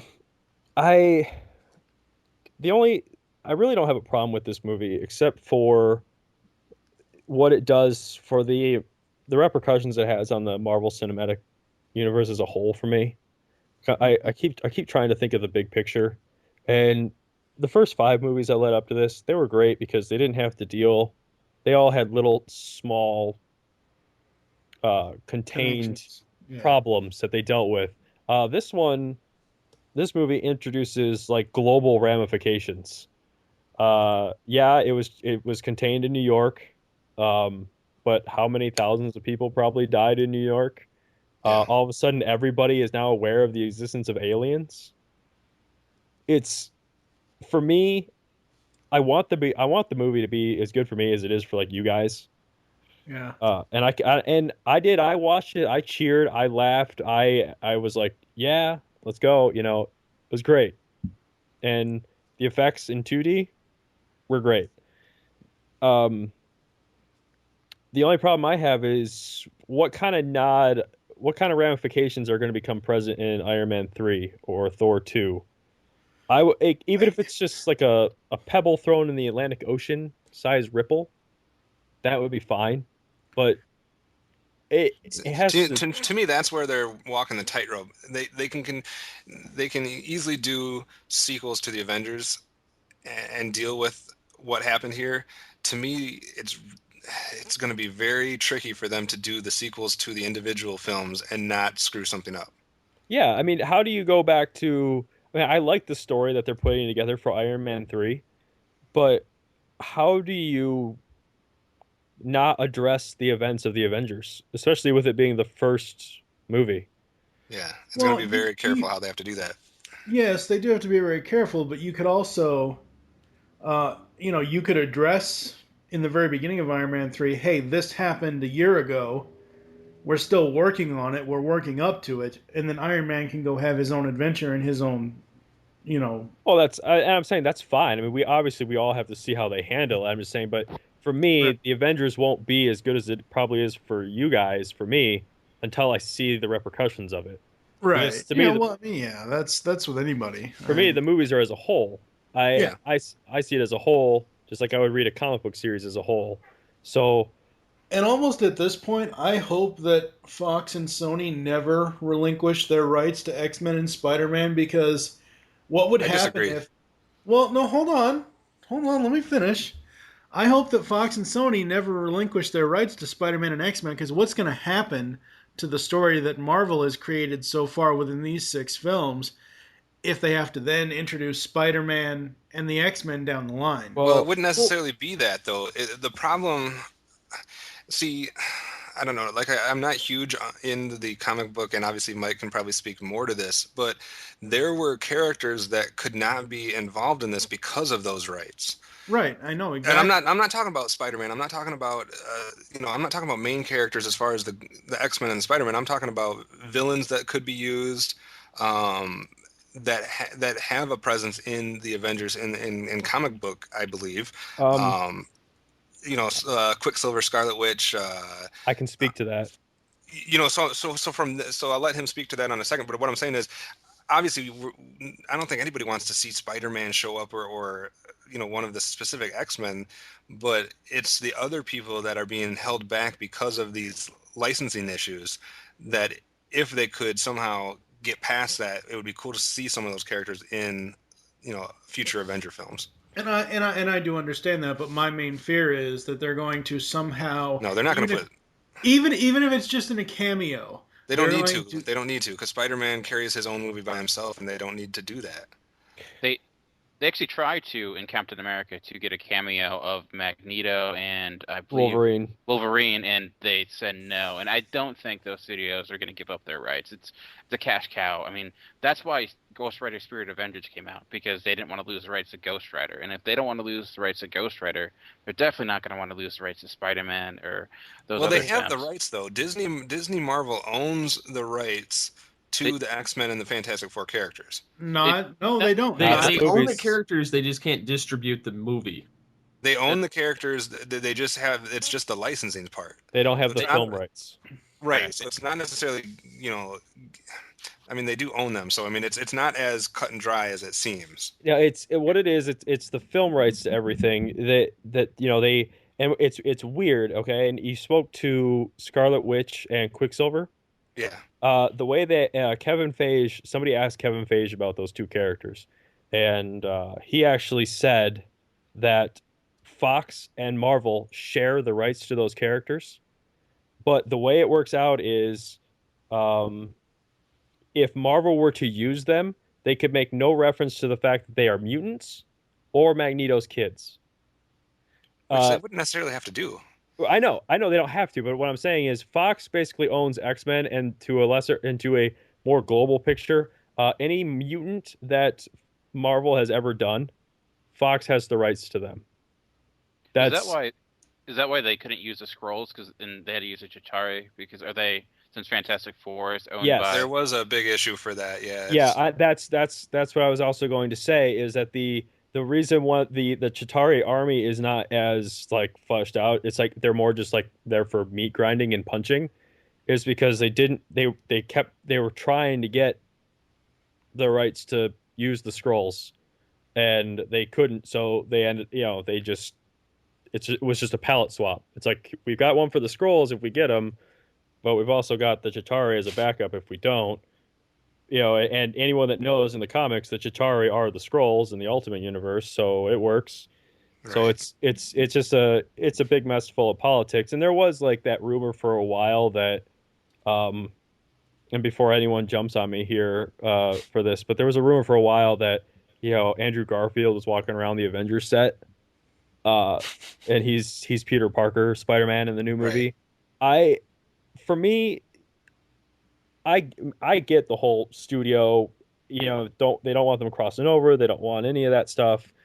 But for me, the illusion is kind of gone for things when, like the Spider-Man movies, Fantastic Four has a building in New York. You don't even see it like as a skyscraper because they can't even get the rights to put that in there and like flesh it out. It's almost like there's. It kind of sucks now because Marvel is identifying themselves as a studio, and they still put their tag on the front of these other studios' movies, but it ends up being like Spider-Man ends up being like Batman, where he has no relation to like Superman in that universe. And for me, it's kind of like, I would like to see, like, even if he doesn't say anything, even if it's just Andrew Garfield like crossing the street like at a crosswalk, and it's like blatantly him. It's like, yeah, Spider-Man's in New York too. He doesn't have to say anything. It's like that whole battle took place in Spider-Man's backyard. And the character of Spider-Man would not at least go over there and see what's going on. And even if the Hulk scared him away, there's like dozens. I understand it. And I get why it will never happen. But for me, it goes back to why everybody is geeked out about the Avengers. That one world where everything exists all together, which is what Marvel's known for. Right. We'll just never see it, even if it's just Spider-Man swinging in the background. I know, a lot of people would say that it's never going to happen as far as Fox and Sony giving up and losing the cash cows, etc. I have a sneaky suspicion though that it's not that cut and dry, and that Marvel has some strings that they can pull to eventually get those characters back. The movies have to not make a movie for so many years. Right, but I'm just saying deals can be made, and as Marvel being the company that created and that still owns the characters, I'm thinking there's some legal finagling that they're eventually going to be able to do. Well, maybe now that Disney's involved. And after all the money the Avengers has made, I think they have a few extra dollars they can use to try to maybe buy up. And the only reason I say that it'd be different if they didn't own the characters. Right. But when they own the characters, I'm thinking that there's going to be some other ways that they can prevent those. They can do certain things to kind of tie the hands up of the other companies if they're not willing to deal. Here's the thing: if they were really willing to do that, and Disney bought Marvel, right? Right around the time they were going to do the Avengers, right when they're getting ready to make it. Disney's got deep pockets. Mm-hmm. They were trying to make Avengers the runaway success that it is. They knew what they had. They were trying. Oh my God, Fox has Fantastic Four, which means they have the Skrulls. If they were going to do something like that, do you not think they would have already tried to do that? Like, if there was some I don't think it was important enough for them. I don't think it was an important enough situation for them to you got to pick your battles. Yeah, but I'm just saying, like, if you've got something you want to do, and it would add to the geekgasm, and it would be appreciated. I mean, why would you not just go and get it? I mean, and Fox has been talking about rebooting the Fantastic Four, which is just going to make it harder for them to get the rights back. So why would they not have done it before they announced that stuff? I mean, it's kind of, if Disney has deep pockets. I mean, Disney's bigger than Fox. They could have gone and gotten them if they wanted to. I really think it just comes down to it's a contract. It's really as simple as it's literally like 4 or 5 years. If you don't make a movie, they get the rights back. It's the same thing that happened with Superman, except I don't know how they swung that one. That's what I'm saying. There's ways that things just magically happen that But I didn't follow the Superman one. I mean, originally it had to be out by December of this year, but then they pushed it to next summer. But I think it's because the movie was done or by a certain time. I don't know. It's still not done. It's the same thing that happened with the. Has anybody besides me seen the very first Fantastic Four movie? Yes, I have. It's the funniest movie I've ever seen in my lifetime. Actually, special effects. Aside from the special effects, I think it's actually better than the one that was released in theaters. I've never been a Fantastic Four fan. I just can't get into them. I like the Ultimate Fantastic Four. Who else had highlights though of the movie? I did. As far as the Avengers go, one thing we have not talked about is Black Widow's interrogation techniques. That was hot. It's not only hot, but it's intelligent. You know what else I liked? She essentially makes you tell her everything. On that same level, it just made me think of it when you brought Black Widow up. I really appreciate the fact that nobody saw, which happens too often in comic book movies, nobody saw the need to even hint at any type of romantic anything. Well, there is kind of a romance between her and Hawkeye a little bit, I think, like towards the end of the film. I mean, it's not outright said, but they kind of, share a look with each other. I'm saying there's no underlying love story that we're dealing with. Right. Right. This is Spider-Man 3, thank God. There's no damsel in distress they're trying to save. Exactly. I like all of the Iron Man bits. Now I got a question for you guys. I noticed this, and I don't know if it was a nod to Iron Man 1 or not. As he's flying through the city and he's using his various repulsors and everything else, there's a part where I think it's either on his right shoulder or on his back where it opens up and missiles just go flying everywhere. And the first thing I thought of was like, oh, he modified the Jericho. Well, the Jericho's repulsor technology anyways. No, but what I'm saying is there was a scene where a missile came out of his armor and it spiraled into a bunch of other missiles, and I was wondering, is that a nod to the first film and the Jericho missile? I guess I didn't see that part. Yeah. What else did I like about it? I like how Cap is so out of his element. He has to learn stuff. It goes Flying back. monkeys. Yeah. I get that. Um, That was probably his funniest moment, actually. yeah. Yeah. I actually like Hawkeye in this. I've never really been a Hawkeye fan. Maybe it was Jeremy Renner's performance, but I really, really enjoyed it. I thought he was underused, but that's just my Well, opinion. yeah. I mean, essentially, he goes bad he gets turned bad in the very beginning, and then um, what else did I like? I think this is the first, and it's a minor role, but I think this is the first film I've seen Stellan Skarsgård in, since like The Glass House. He played the professor that got turned over. He was in the girl with the dragon tattoo. I don't care to see that movie. I just don't care to see it. He's also in Thor, by the way. Sorry. Okay, well, I knew he was in Thor, but it didn't like Thor was like, okay, I watched that. Can I get the last hour and a half out of Can I Yeah, get the last time I remember seeing him back? before that was Angels and Demons, and then obviously Pirates of the Caribbean. Yeah, I don't watch any of those movies. Um, the one thing we didn't really bring up is, you know, what's Banner's secret? He's always angry. Right, but there's a point in the movie where he was like, I got so low, I put a gun in my mouth and fired. The other guy spit it out. Which is a scene from it's a deleted scene from The Incredible Hulk. Right.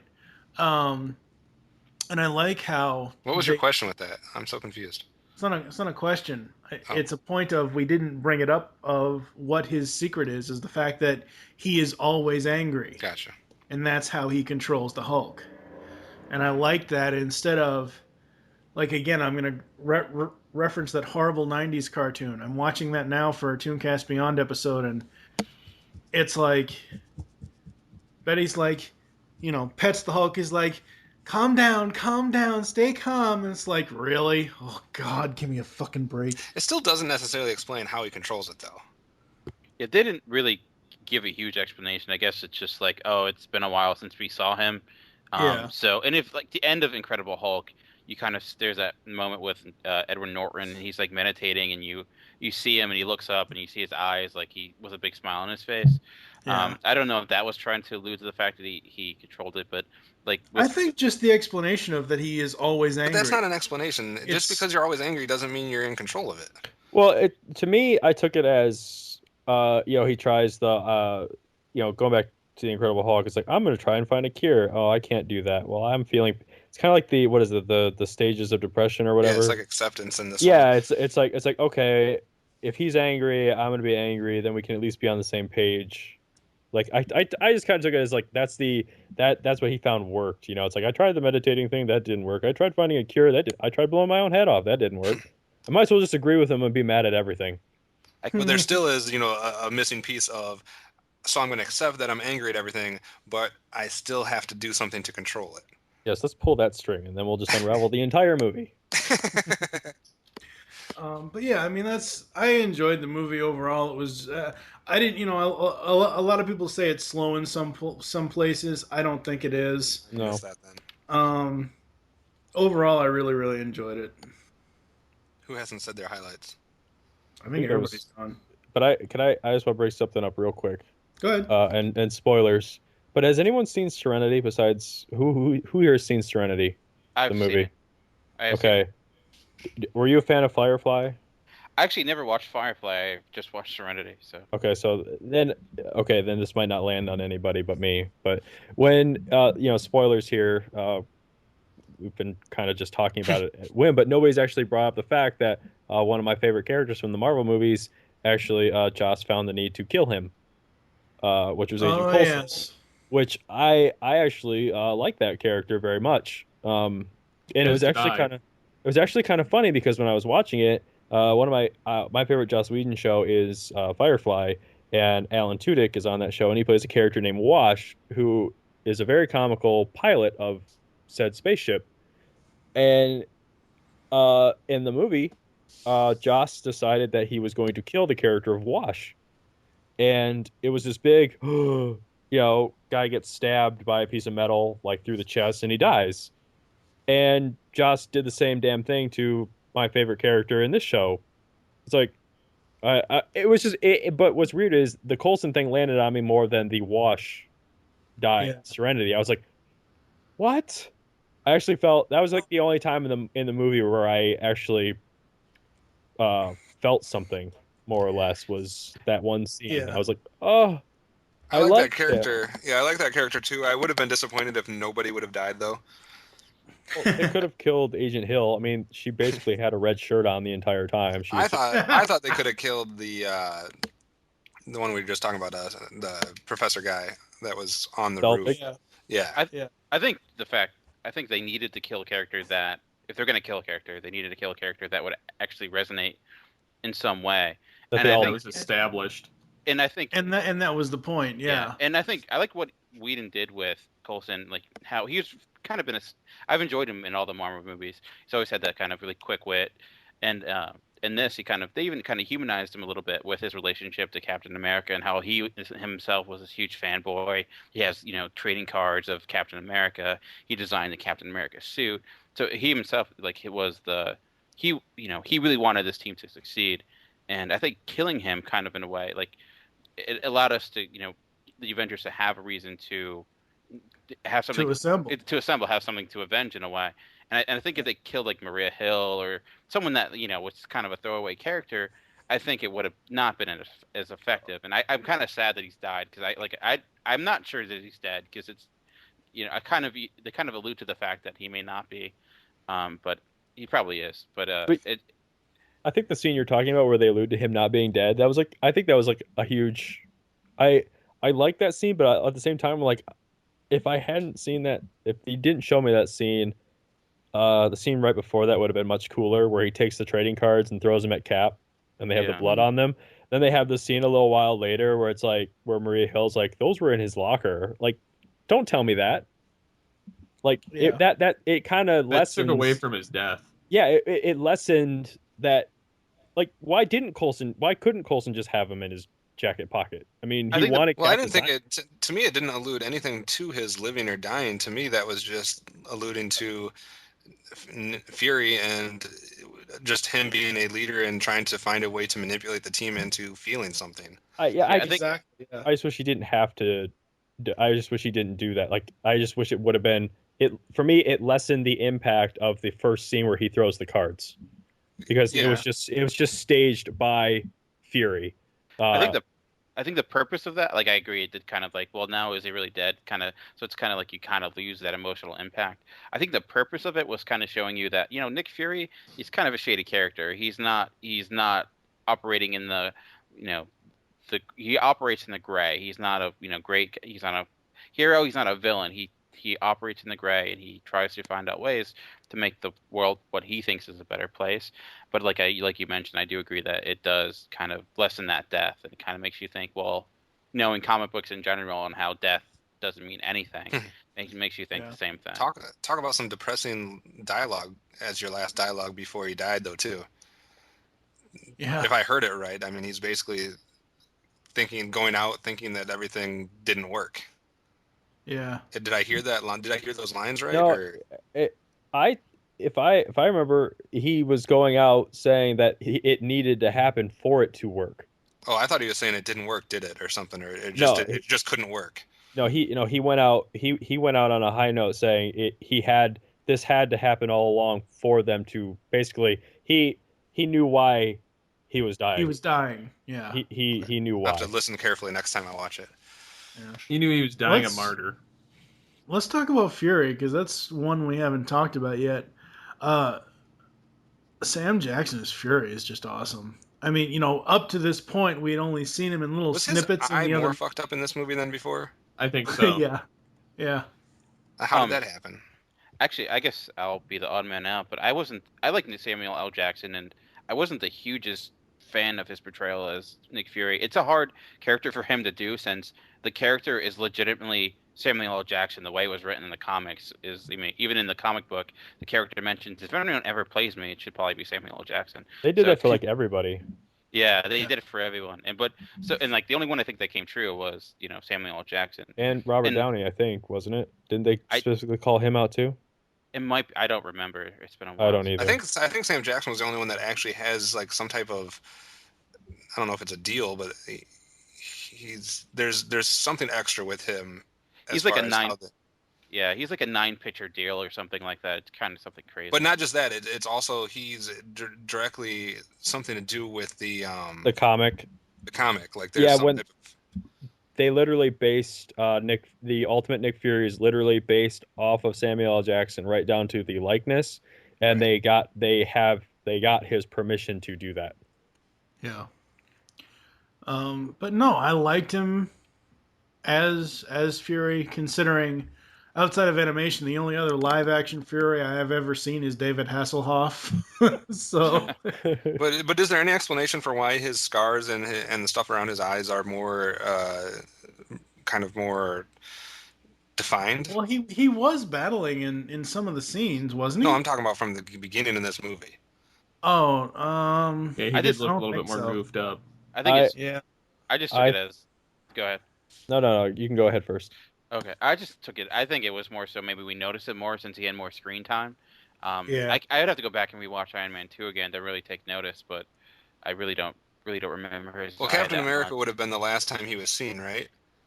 Yeah, That takes place after Iron Man 2, right? Or not? Yeah. yeah, but even that A he year was- after Iron Man 2. Right. So the question is, what did he look like in Captain America, and then what does he look like at the beginning of this film? I guess. I mean, he's not necessarily Sam Jackson himself is not necessarily used to making up excuses for scars. I mean, just look at Augustus Gibbons in the Triple X movies. What in the hell are you talking about? You should have seen this before I got it fixed. But no, I don't know. It's one of those things where I didn't really notice it. I guess I will have to go back and watch Cap and see if Nick Fury is more fucked up. It was the only thing that distracted me from the entire movie was looking at his eyes and being like, was it always like that? Well, that never bothered me. It is there subtly in all the movies. It is more pronounced in this one, but they, being the only one that read that comic series, there's nothing in there to explain why the scar would be. Okay. And that would be the only other thing that's like in continuity that Marvel's done. So literally, that would just be like an oversight on their part for doing that differently. Like if there's no reason, it should look the exact same. But that's just me being nitpicky. I apologize. I don't really have anything if we're talking about stuff like problems or errors not necessarily errors in the film, but if we're talking about personal issues with the film, No. I mean it's predictable, but 99 out of 100 movies are predictable to me. So I didn't like that they went back to the circle on the Iron Man armor. Yeah, I didn't like that either. I liked the triangle looked a lot better. Yeah, that bummed me out. If we're talking about things that we didn't like, one thing I thought was kind of not bad, but just kind of serviceable was the score by Alan Silvestri. He's done stuff. He did Captain America, which I thought was really good, and did Back to the Future, which is iconic. And this, I thought it was okay, but nothing really. There's there's no Superman theme in this. There's no classic '89 Batman theme. It's just kind of there to service the movie.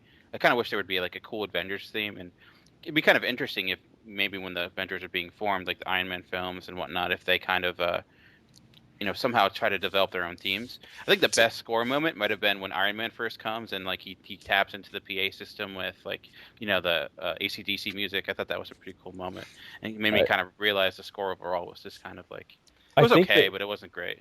I think because he had previously scored Captain America I read something about the music that they didn't want him to. They want it to be kind of ambiguous, and not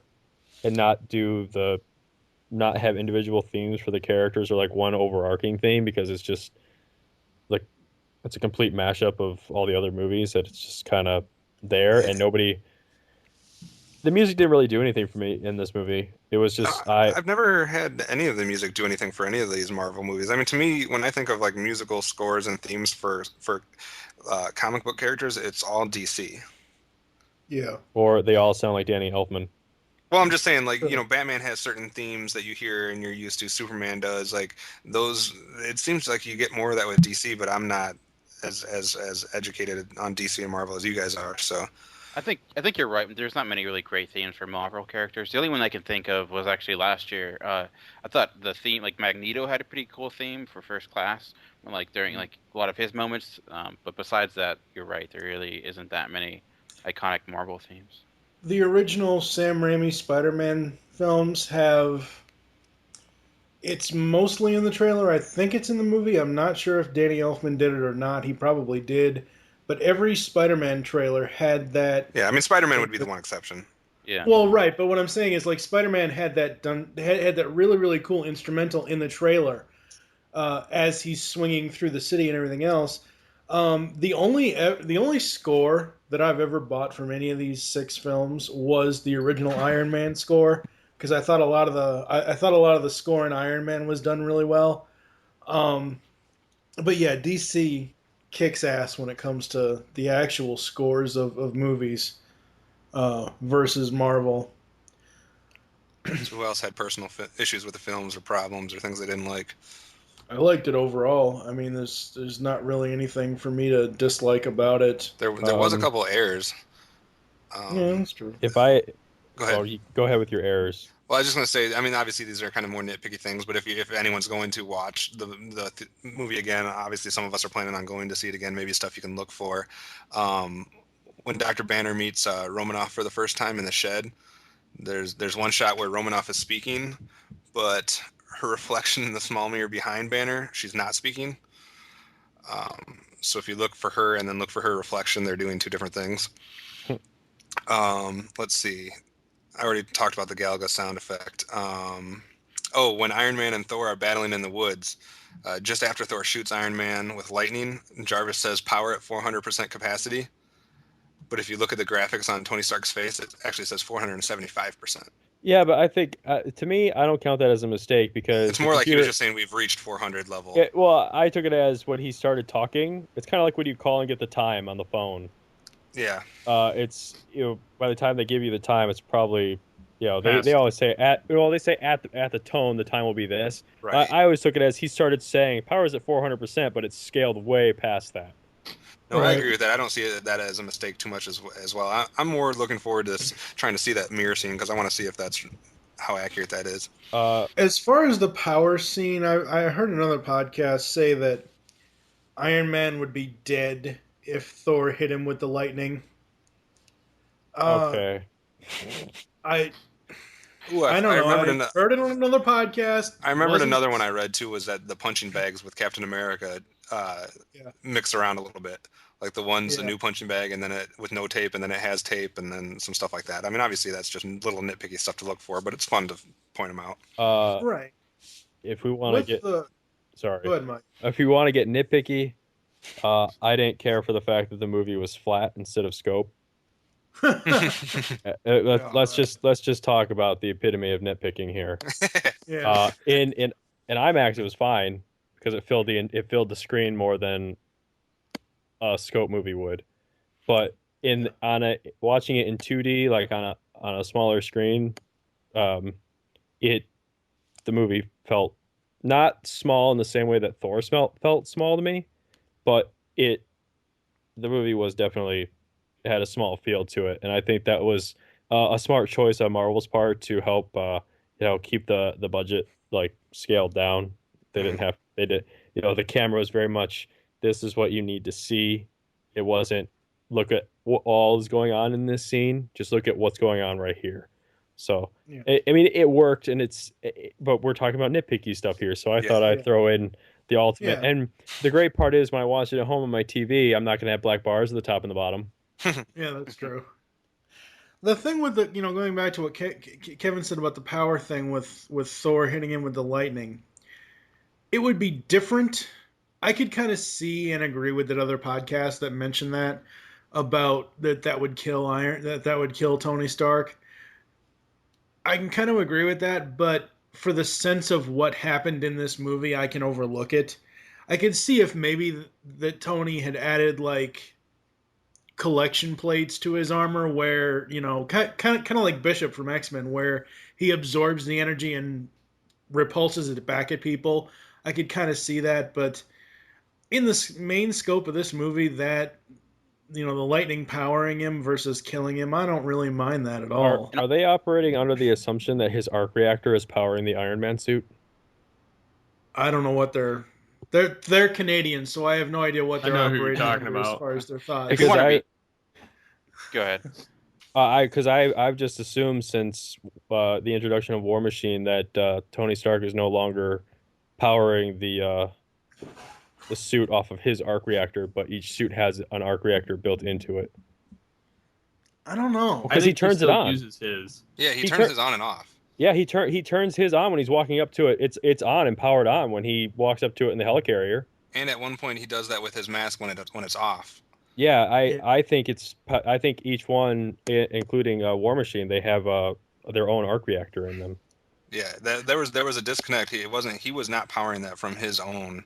And the fact that in the beginning of the movie when he comes in and he's taking the armor off, he's wearing a shirt. There are no connections to that power source whatsoever.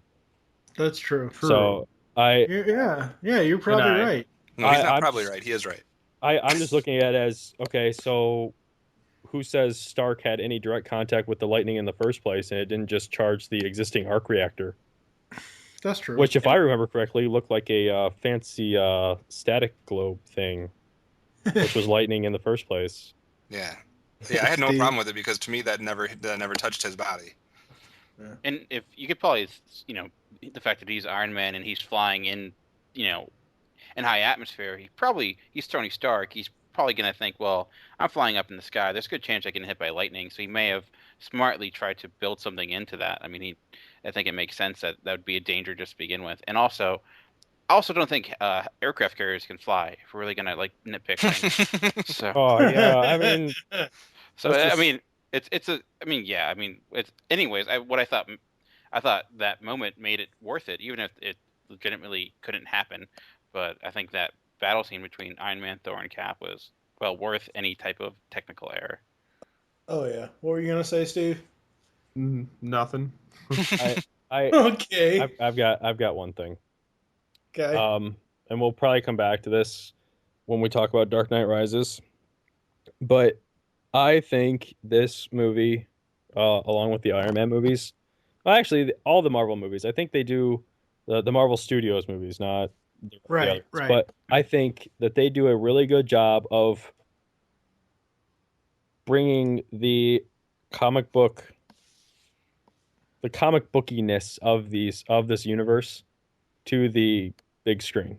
Like they literally were just like they didn't take the Christopher Nolan approach and say how does Batman function in the real world, like what kind of stuff could he physically get his hands on to be this person. They really went for the guy that has a nuclear reactor in his chest, or you know it. And I think I the biggest stretch there is Loki too. Like that's the most comic book, or the least amount of, like, obviously he's not from Earth or whatever, but if you're talking about, you know, not being able to explain away how he's coming about his powers or how he's changing his outfit, you know, and putting his armor on and stuff like that. Like, yeah, they just did a really good job of literally bringing their comics to the big screen instead of making it fit on the big screen. And that is not a knock against, you know, Nolan's Batman movies, because I think Batman works best in that light. Right. It makes it scarier, a little more gritty, whereas the Marvel movies have all been very bright and like, you know, the panels of a comic book page. So it's, to me, I think they're really successful in that. So I agree. Specifically speaking, comparisons between the Marvel movie Tony Stark Iron Man versus Nolan's Bruce Wayne Batman is that in the Marvel movies, Iron Man 1 at the end, I am Iron Man. He specifically tells the world his secret. He's like, I don't need a secret identity. I am a rich kid. I am an alcoholic. I can do whatever the hell I want. Whereas over in Nolan, Bruce can't reveal that he's Batman. So that's Well, I another mean, that's just the hindrance. tip of the iceberg. There's also a million other. Well, right, but what I'm saying is like compared to what Tony does in these movies with his tech and all the, the fancy things that he's done with it versus Bruce having to go underground behind people's backs doing all this stuff of, getting Lucius to find him this material so we can make it. That's the big difference between the two. And that's why I think two- Mike's right, where right. he says the one approach works with one, and the other approach works with the other. Right, exactly. Yeah. I think one way to look at it is kind of like if I look at, say, Steven Spielberg's career. The Avengers is like Jurassic Park. It's a lot of fun. Yeah, there's some stuff there, and then Dark Knight is like Saving Private Ryan. They're both great in their different ways. Yes. I mean, like Saving Private Ryan, it's more dealt with real life issues. It's more realistic. Jurassic Park is more fantastical. It's like a theme ride. Same thing with the Avengers. I think people like to compare them, and it's natural because they're the two biggest comic book movies ever, probably. But I think, and I don't like when comparing like what's better than the other. I think it's hard. I think it's nearly impossible. I think they have their own place, and I don't think a Dark Knight mode or Dark Knight type of movie would work with the Avengers or vice versa. No. So I think Mike made a lot. And if DC was to, and we have to bring this up because people are going to expect us to bring it up. One of my comments was as soon as I got back from seeing Avengers was, DC, take note. This is how a team up movie is supposed to be made. Now, for DC to work up to doing a Justice League movie, first of all, they can't do it with the current Nolan verse because that's a 3-movie deal. As far as that continuity, Nolan said that story ends at Dark Knight Rises. Batman would have to be rebooted. They essentially could start with Man of Steel or whatever the Superman movie's called. They could start with that and then do more movies. Green Lantern would definitely need a reboot. Well, to me, if they were going to work up the Justice League. If DC ever did that, they'd almost have to take the opposite approach to me than Marvel did, because to me the Marvel team up where it's cool is you have this team of the Avengers, you have this collective group of good guys. And I know the Justice League exists, and I know you guys know a lot more about DC and all that other stuff, but as coming from a fan or more of the lay person, which is who they'd have to play to, with DC, the approach almost should be from a bad guy standpoint, because that's the I don't know. I see it more as like as a collective group of villains in DC compared to. One of the interesting. But what I'm saying is, though, Kevin, is for DC to work up to a Justice League movie or a Legion of Doom movie, they would have to do what Marvel has done. And that's what I'm disagreeing with.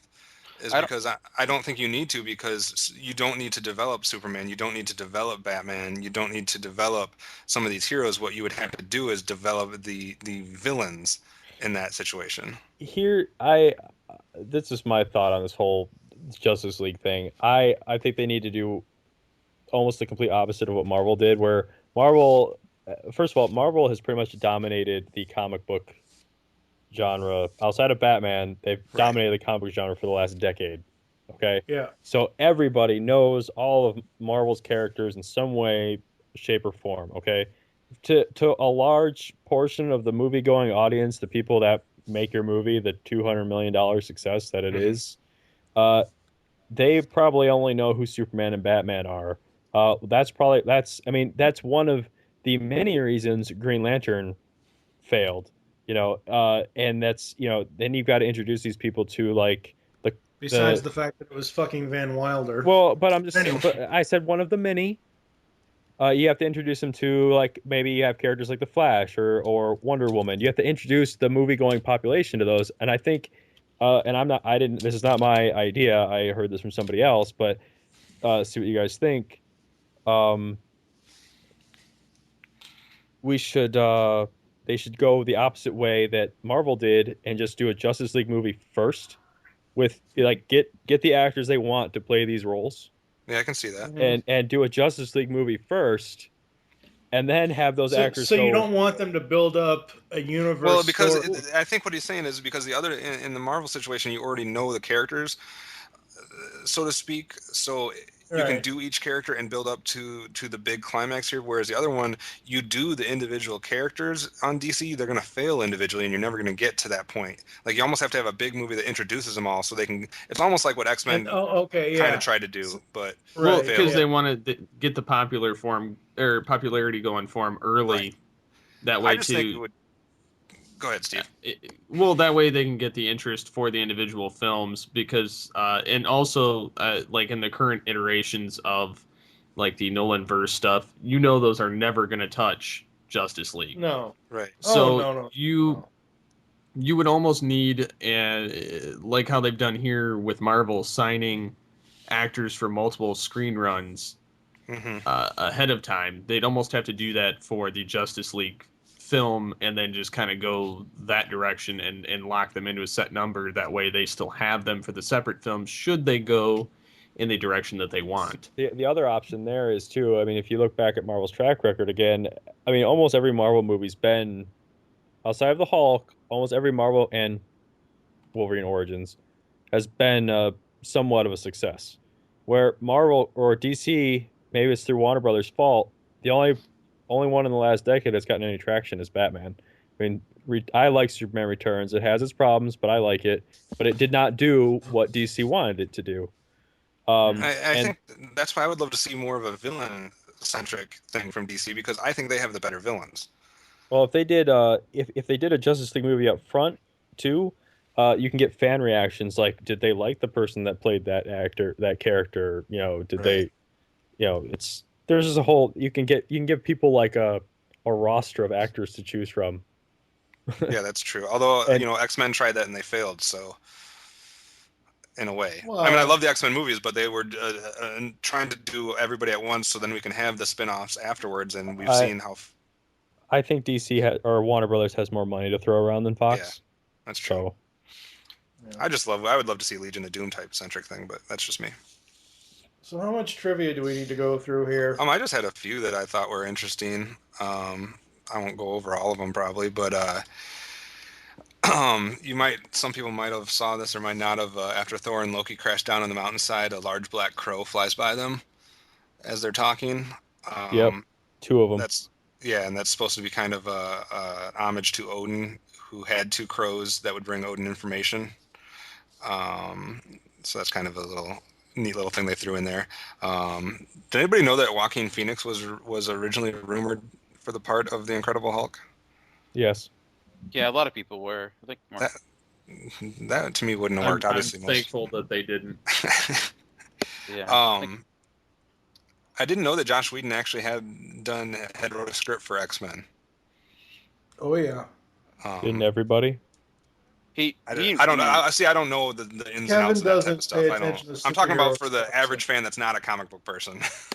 Yeah. What was the other stuff here? After Loki is brought on board the helicarrier, Tony Stark has a Black Sabbath T-shirt on. Yeah. That was kind of cool. Let's see.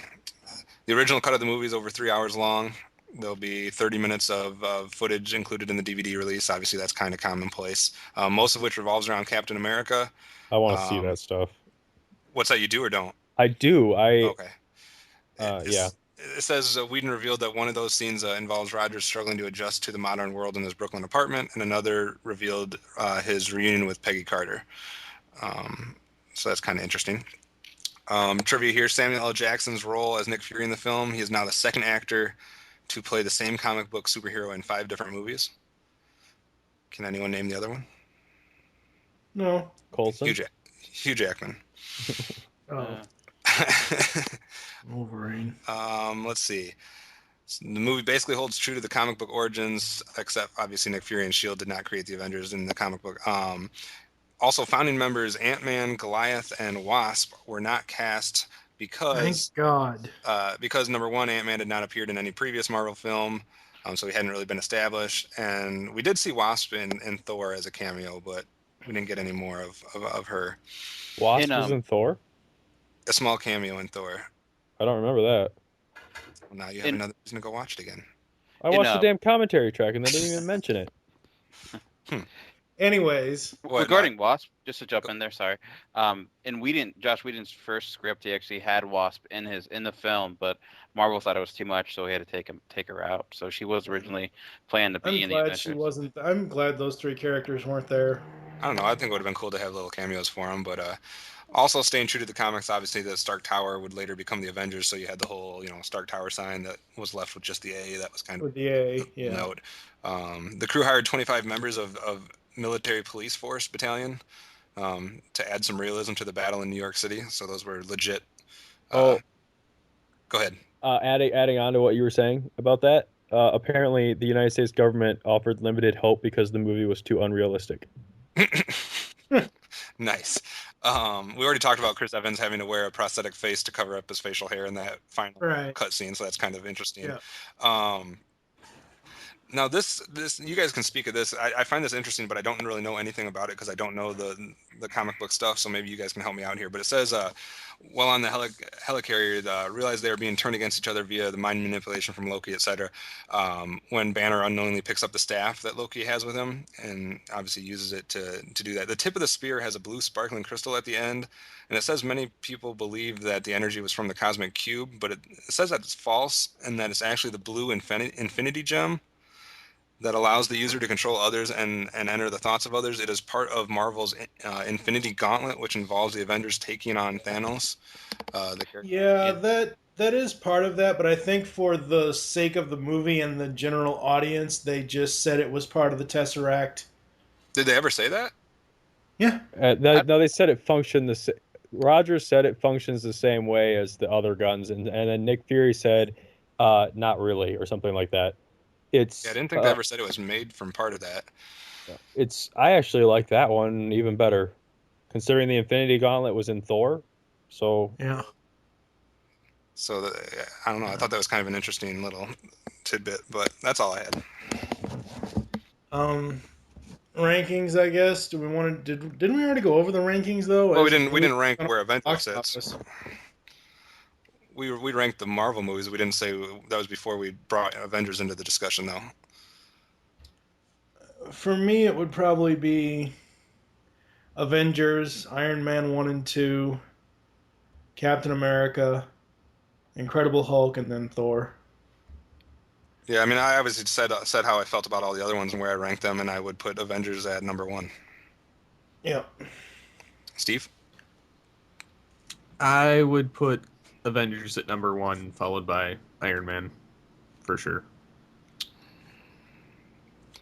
I'm gonna go with the jury's out. How are you, Dan?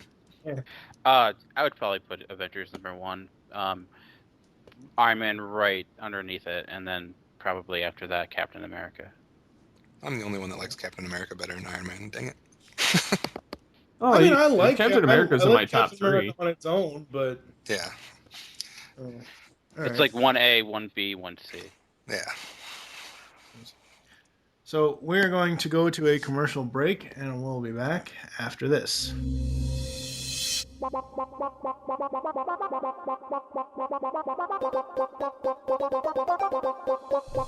can now hear the Geekcast Radio Network while on the go with Stitcher Smart Radio. Stitcher is a free-use and talk mobile app available for your smartphone. And when you download Stitcher to hear Geekcast Radio, you'll have a chance to win money. Downloading is quick and easy. Just find Stitcher in the App Store. During registration, hit the promo code box and enter Geekcast Radio, all one word, to get automatically entered to win $100. The latest episodes of the shows will be waiting for you in your favorites.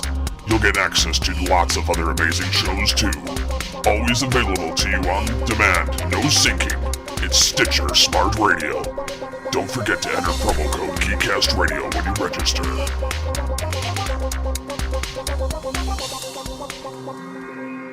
Do you like retro shows? Did you grow up in either the 80s or the 90s? Then tune into Telecast, GeekCastRadio.com's newest podcast. Join us here on the Telecast as we revisit some of your favorite shows, such as Clarissa Explains It All, Salute Your Shorts, Saved by the Bell, and much, much more, only on GeekCastRadio.com. And welcome back to M-Wire. Yes, as you heard at the start of the show, we are now sponsored by Audible, which in this awesome podcast, yes, Audible is giving away for our listeners of the podcast a free audiobook download with a free 30-day trial to give you the opportunity to check out their service. Yay. I went through last night actually and checked it out a little bit more in depth, and they have all kinds of audiobooks in there. For instance, because I know John Delancey does stuff in there, I went searching through some. I found a bunch of Q related, or the Spock versus Q, and those were in there. I looked up Star Trek films. They have a 9 Star Trek movie tie-in, which is read by Zachary Quinto, which I thought was kind of cool. The new Spock. Nice. But yeah, they have tons of different audiobooks on there. So if you're someone who would rather listen to a book than pick one up and read it, or if you work at a job like I do and listen to podcasts all day, this is a nice alternative. So yes, be sure to go to audibletrial.com/geekcastradio, and yes, that would definitely be something cool to check out. Awesome. Overall, Avengers is great, as we've already said. I will definitely be going to see it again. I really, really enjoyed it. Hopefully I can go up to the theater where it's less crowded and actually enjoy it without hearing a, laughter track behind the movie half the time. That's what, like I said, though, sometimes, or like Dan said, sometimes that adds to the whole effect for me. It does sometimes, but... You're just a grumpy old man, T-Bob. Shut the hell up. I will say that this is I've seen movies more than once in the theater, but it's always been because 99% of the time it's because I'm going with someone else that wants to go, or this or that. This is one of those rare occurrences where I actually want to go see this again. Not just I'm willing to go see it again. I actually am going to go out of my way to see this again. Yeah. Any final thoughts, Steve? Well, I was going to say I can definitely see seeing this movie again because it was really good. I was very skeptical walking into this film initially. So having watched the movie and laughing throughout it and enjoying the various cues, despite the errors that were throughout, which were very minor to say the least, I definitely would have to recommend seeing this again. And I'm going to buy the whatever special Blu-ray edition that comes out for once. Dan? Well, I think this has been like one of the, when you look at the Avengers film as a whole, like almost one of the biggest projects ever done in movie history, and I think they really pulled it off. I mean, bringing 4 or 5 movies into one and kind of building up all these characters through 4 years to this one moment, it was kind of crazy, and I think it really paid off. I mean, it had a lot of expectations, it had a lot of hype, and for once the hype matched the overall entertainment value of the movie. And it's like you guys mentioned, I'm gonna go see it again. I saw it twice in one weekend. I'm gonna probably get to see it again this weekend. It's just one of those movies that every time you watch it, there's always something else that you notice that you didn't notice the time before. It's a great summer for geeks, and this is just getting us kicked off, and I think there's a lot more to look forward to, and I'm kind of curious where Marvel goes with it. Like, it's going to be a challenge to kind of do this all over again, but they did it once, so I have faith in them that they can do it again. Oh yeah. Yeah, my question is like Mike had brought up, who's not with us right now, but what he brought up about not Avengers 2, but the ones I'm more interested to see how they do it is the sequels to the individual films. Yeah. I think it could benefit them in a way because it kind of you can get a lot more focus on those characters, but it's gonna be kind of like the cell phone in the cell phone issue in horror films. Like there's always like you're always out of service. You're always otherwise you can call and like there's a killer next door. And now with Marvel movie it's gonna be like, well, why aren't they calling the Hulk to come? And they're gonna have to try to figure out a way. Maybe like I know Iron Man 3 is supposed to be in China. That could be a big reason why. Maybe whatever the issue is. It's like maybe it's not a world-threatening issue. It's more a personal issue. I can deal with the other people not being in them. What I won't be able to deal with is anything that contradicts anything we've already seen. Right. Yeah. That inconsistencies. Well, didn't Nick Fury say at the end of Avengers that hey, they've scattered, they've gone their separate ways? And that's what I'm saying. So I can understand them not being in each other's universe for the most part. They can't contradict or have any inconsistencies in the events that have already taken place. I think what Marvel's going to do is they're going to do what they've done all along. You've built up from Iron Man to Captain America, and then they gave us Avengers. Throughout Iron Man 2, Hulk, Cap, and Thor, they had those end scenes with Fury or whatever the end scenes were. The after credit scenes. They had all of those. So. They had the after credits scene here with Thanos, and then the little diner scene at the very end. So I'm sure in Iron Man 3 and Thor 2 and whatever else, Cap 2, I'm sure they're going to continue doing those after credit scenes because that's what Marvel Studios is known for now. So I'm sure they will have little connections, but it's not going to affect the individual sequel films overall. I mean, sure, the ramifications of what happened in Avengers will. Right. But the other question is eventually will we see in the Avengers, let's say Avengers 3 or Avengers 4, however long it goes, will we eventually see multiple villains that they're dealing with? I think, and I don't know, this is just my own speculation here, I think what they probably will work up to for Avengers 2 would be Ultron or Ultraman or Ultron or whatever the fuck the robotic villain is for Avengers. Ultron. Yeah, Ultron. I think that's what they would work up to for the Avengers 2, for Avengers 2, because that would be the one that kind of makes the most sense, I would say.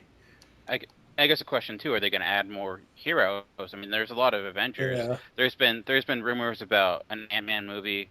I don't know if that's ever going to happen. I mean, they may not want to because this is what we have. We're going to work with this. But like Kevin mentioned, I really want to see how the Avengers and what happened in that movie kind of affects these characters in Iron Man 3, Thor 2, Captain America 2, because otherwise it's going to feel less if the Avengers has no impact whatsoever.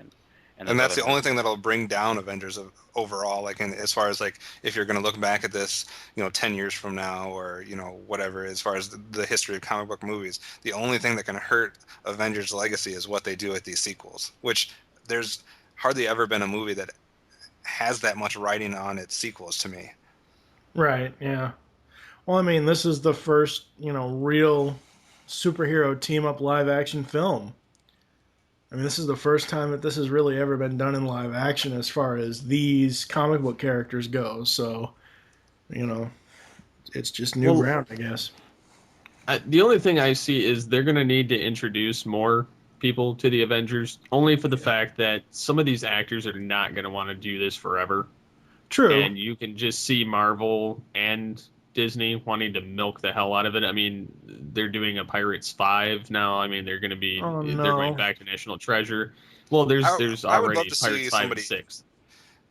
And that, you're right. Eventually some people are not going to be available to do it, and that's when you take the big chance of recasting and stuff like that. I would actually prefer to see, and I know maybe in the comic book world this doesn't happen very often, but I would like to see character deaths then. Yeah. In a way. Yeah, that would be interesting. I think it would be a good way to kind of explain. Well, and if you look at let's take I don't know. Let's take Iron Man. Yeah, even Iron Man. I mean, because it's not like you haven't seen him already in Iron Man 1, 2, eventually 3, Avengers. It's not like you haven't used the character and explored a lot with him. To where at some point these characters could be expendable because they've done everything they can with them anyway. Right. And even in the comics, other people have been Captain America. Other people have been Iron Man. So, I mean, if they're going to figure out a way, like, let's not recast somebody as Tony Stark, but maybe we can bring in, we were already recast. War Machine. Yeah, War Machine. We already recast him twice, so obviously at this point it doesn't matter. But that'd be one good way of trying to figure out keeping it fresh. And it's going to get to the point where these actors are just going to command more money to the point where. And I actually would prefer in Avengers 2 if we see somebody important. It makes me sound morbid and bad, but I want to see somebody important die in Avengers 2 because if that to me makes it more real. Right. Hawkeye. So is that it, guys? Until next time. Stop stealing my lines, you that. We hope you enjoyed this first of many comic book film specials of M-Wire and hope that you'll join us in July when we'll be talking about The Amazing Spider-Man. So for now, I am TFG and Mike with... Movie Revolt Dan. And Optimus Solo. Steve Megatron Phillips. Thank you for listening. Until next time. Because if we can't protect the Earth, you can be damn well sure we'll avenge it. You've just listened to Movie Week in Review on GeekCastRadio.com. If you would like to leave feedback on the show, there are many ways to do so. First, you can visit the website, GeekCastRadio.com, where you can comment on the episode and all of our different podcasts. Be sure to rate our show on iTunes and leave us feedback. You can follow us on Twitter at GCRNMwire. Become a fan of us on Facebook by searching Geekcast Radio Network. You can email us at feedback@geekcastradio.com. Call the voicemail line 502-526-5821. Please remember to tell us the show you're leaving the message for and your name. So until next time, unleash the geek in you. In a world, there, I said it, happy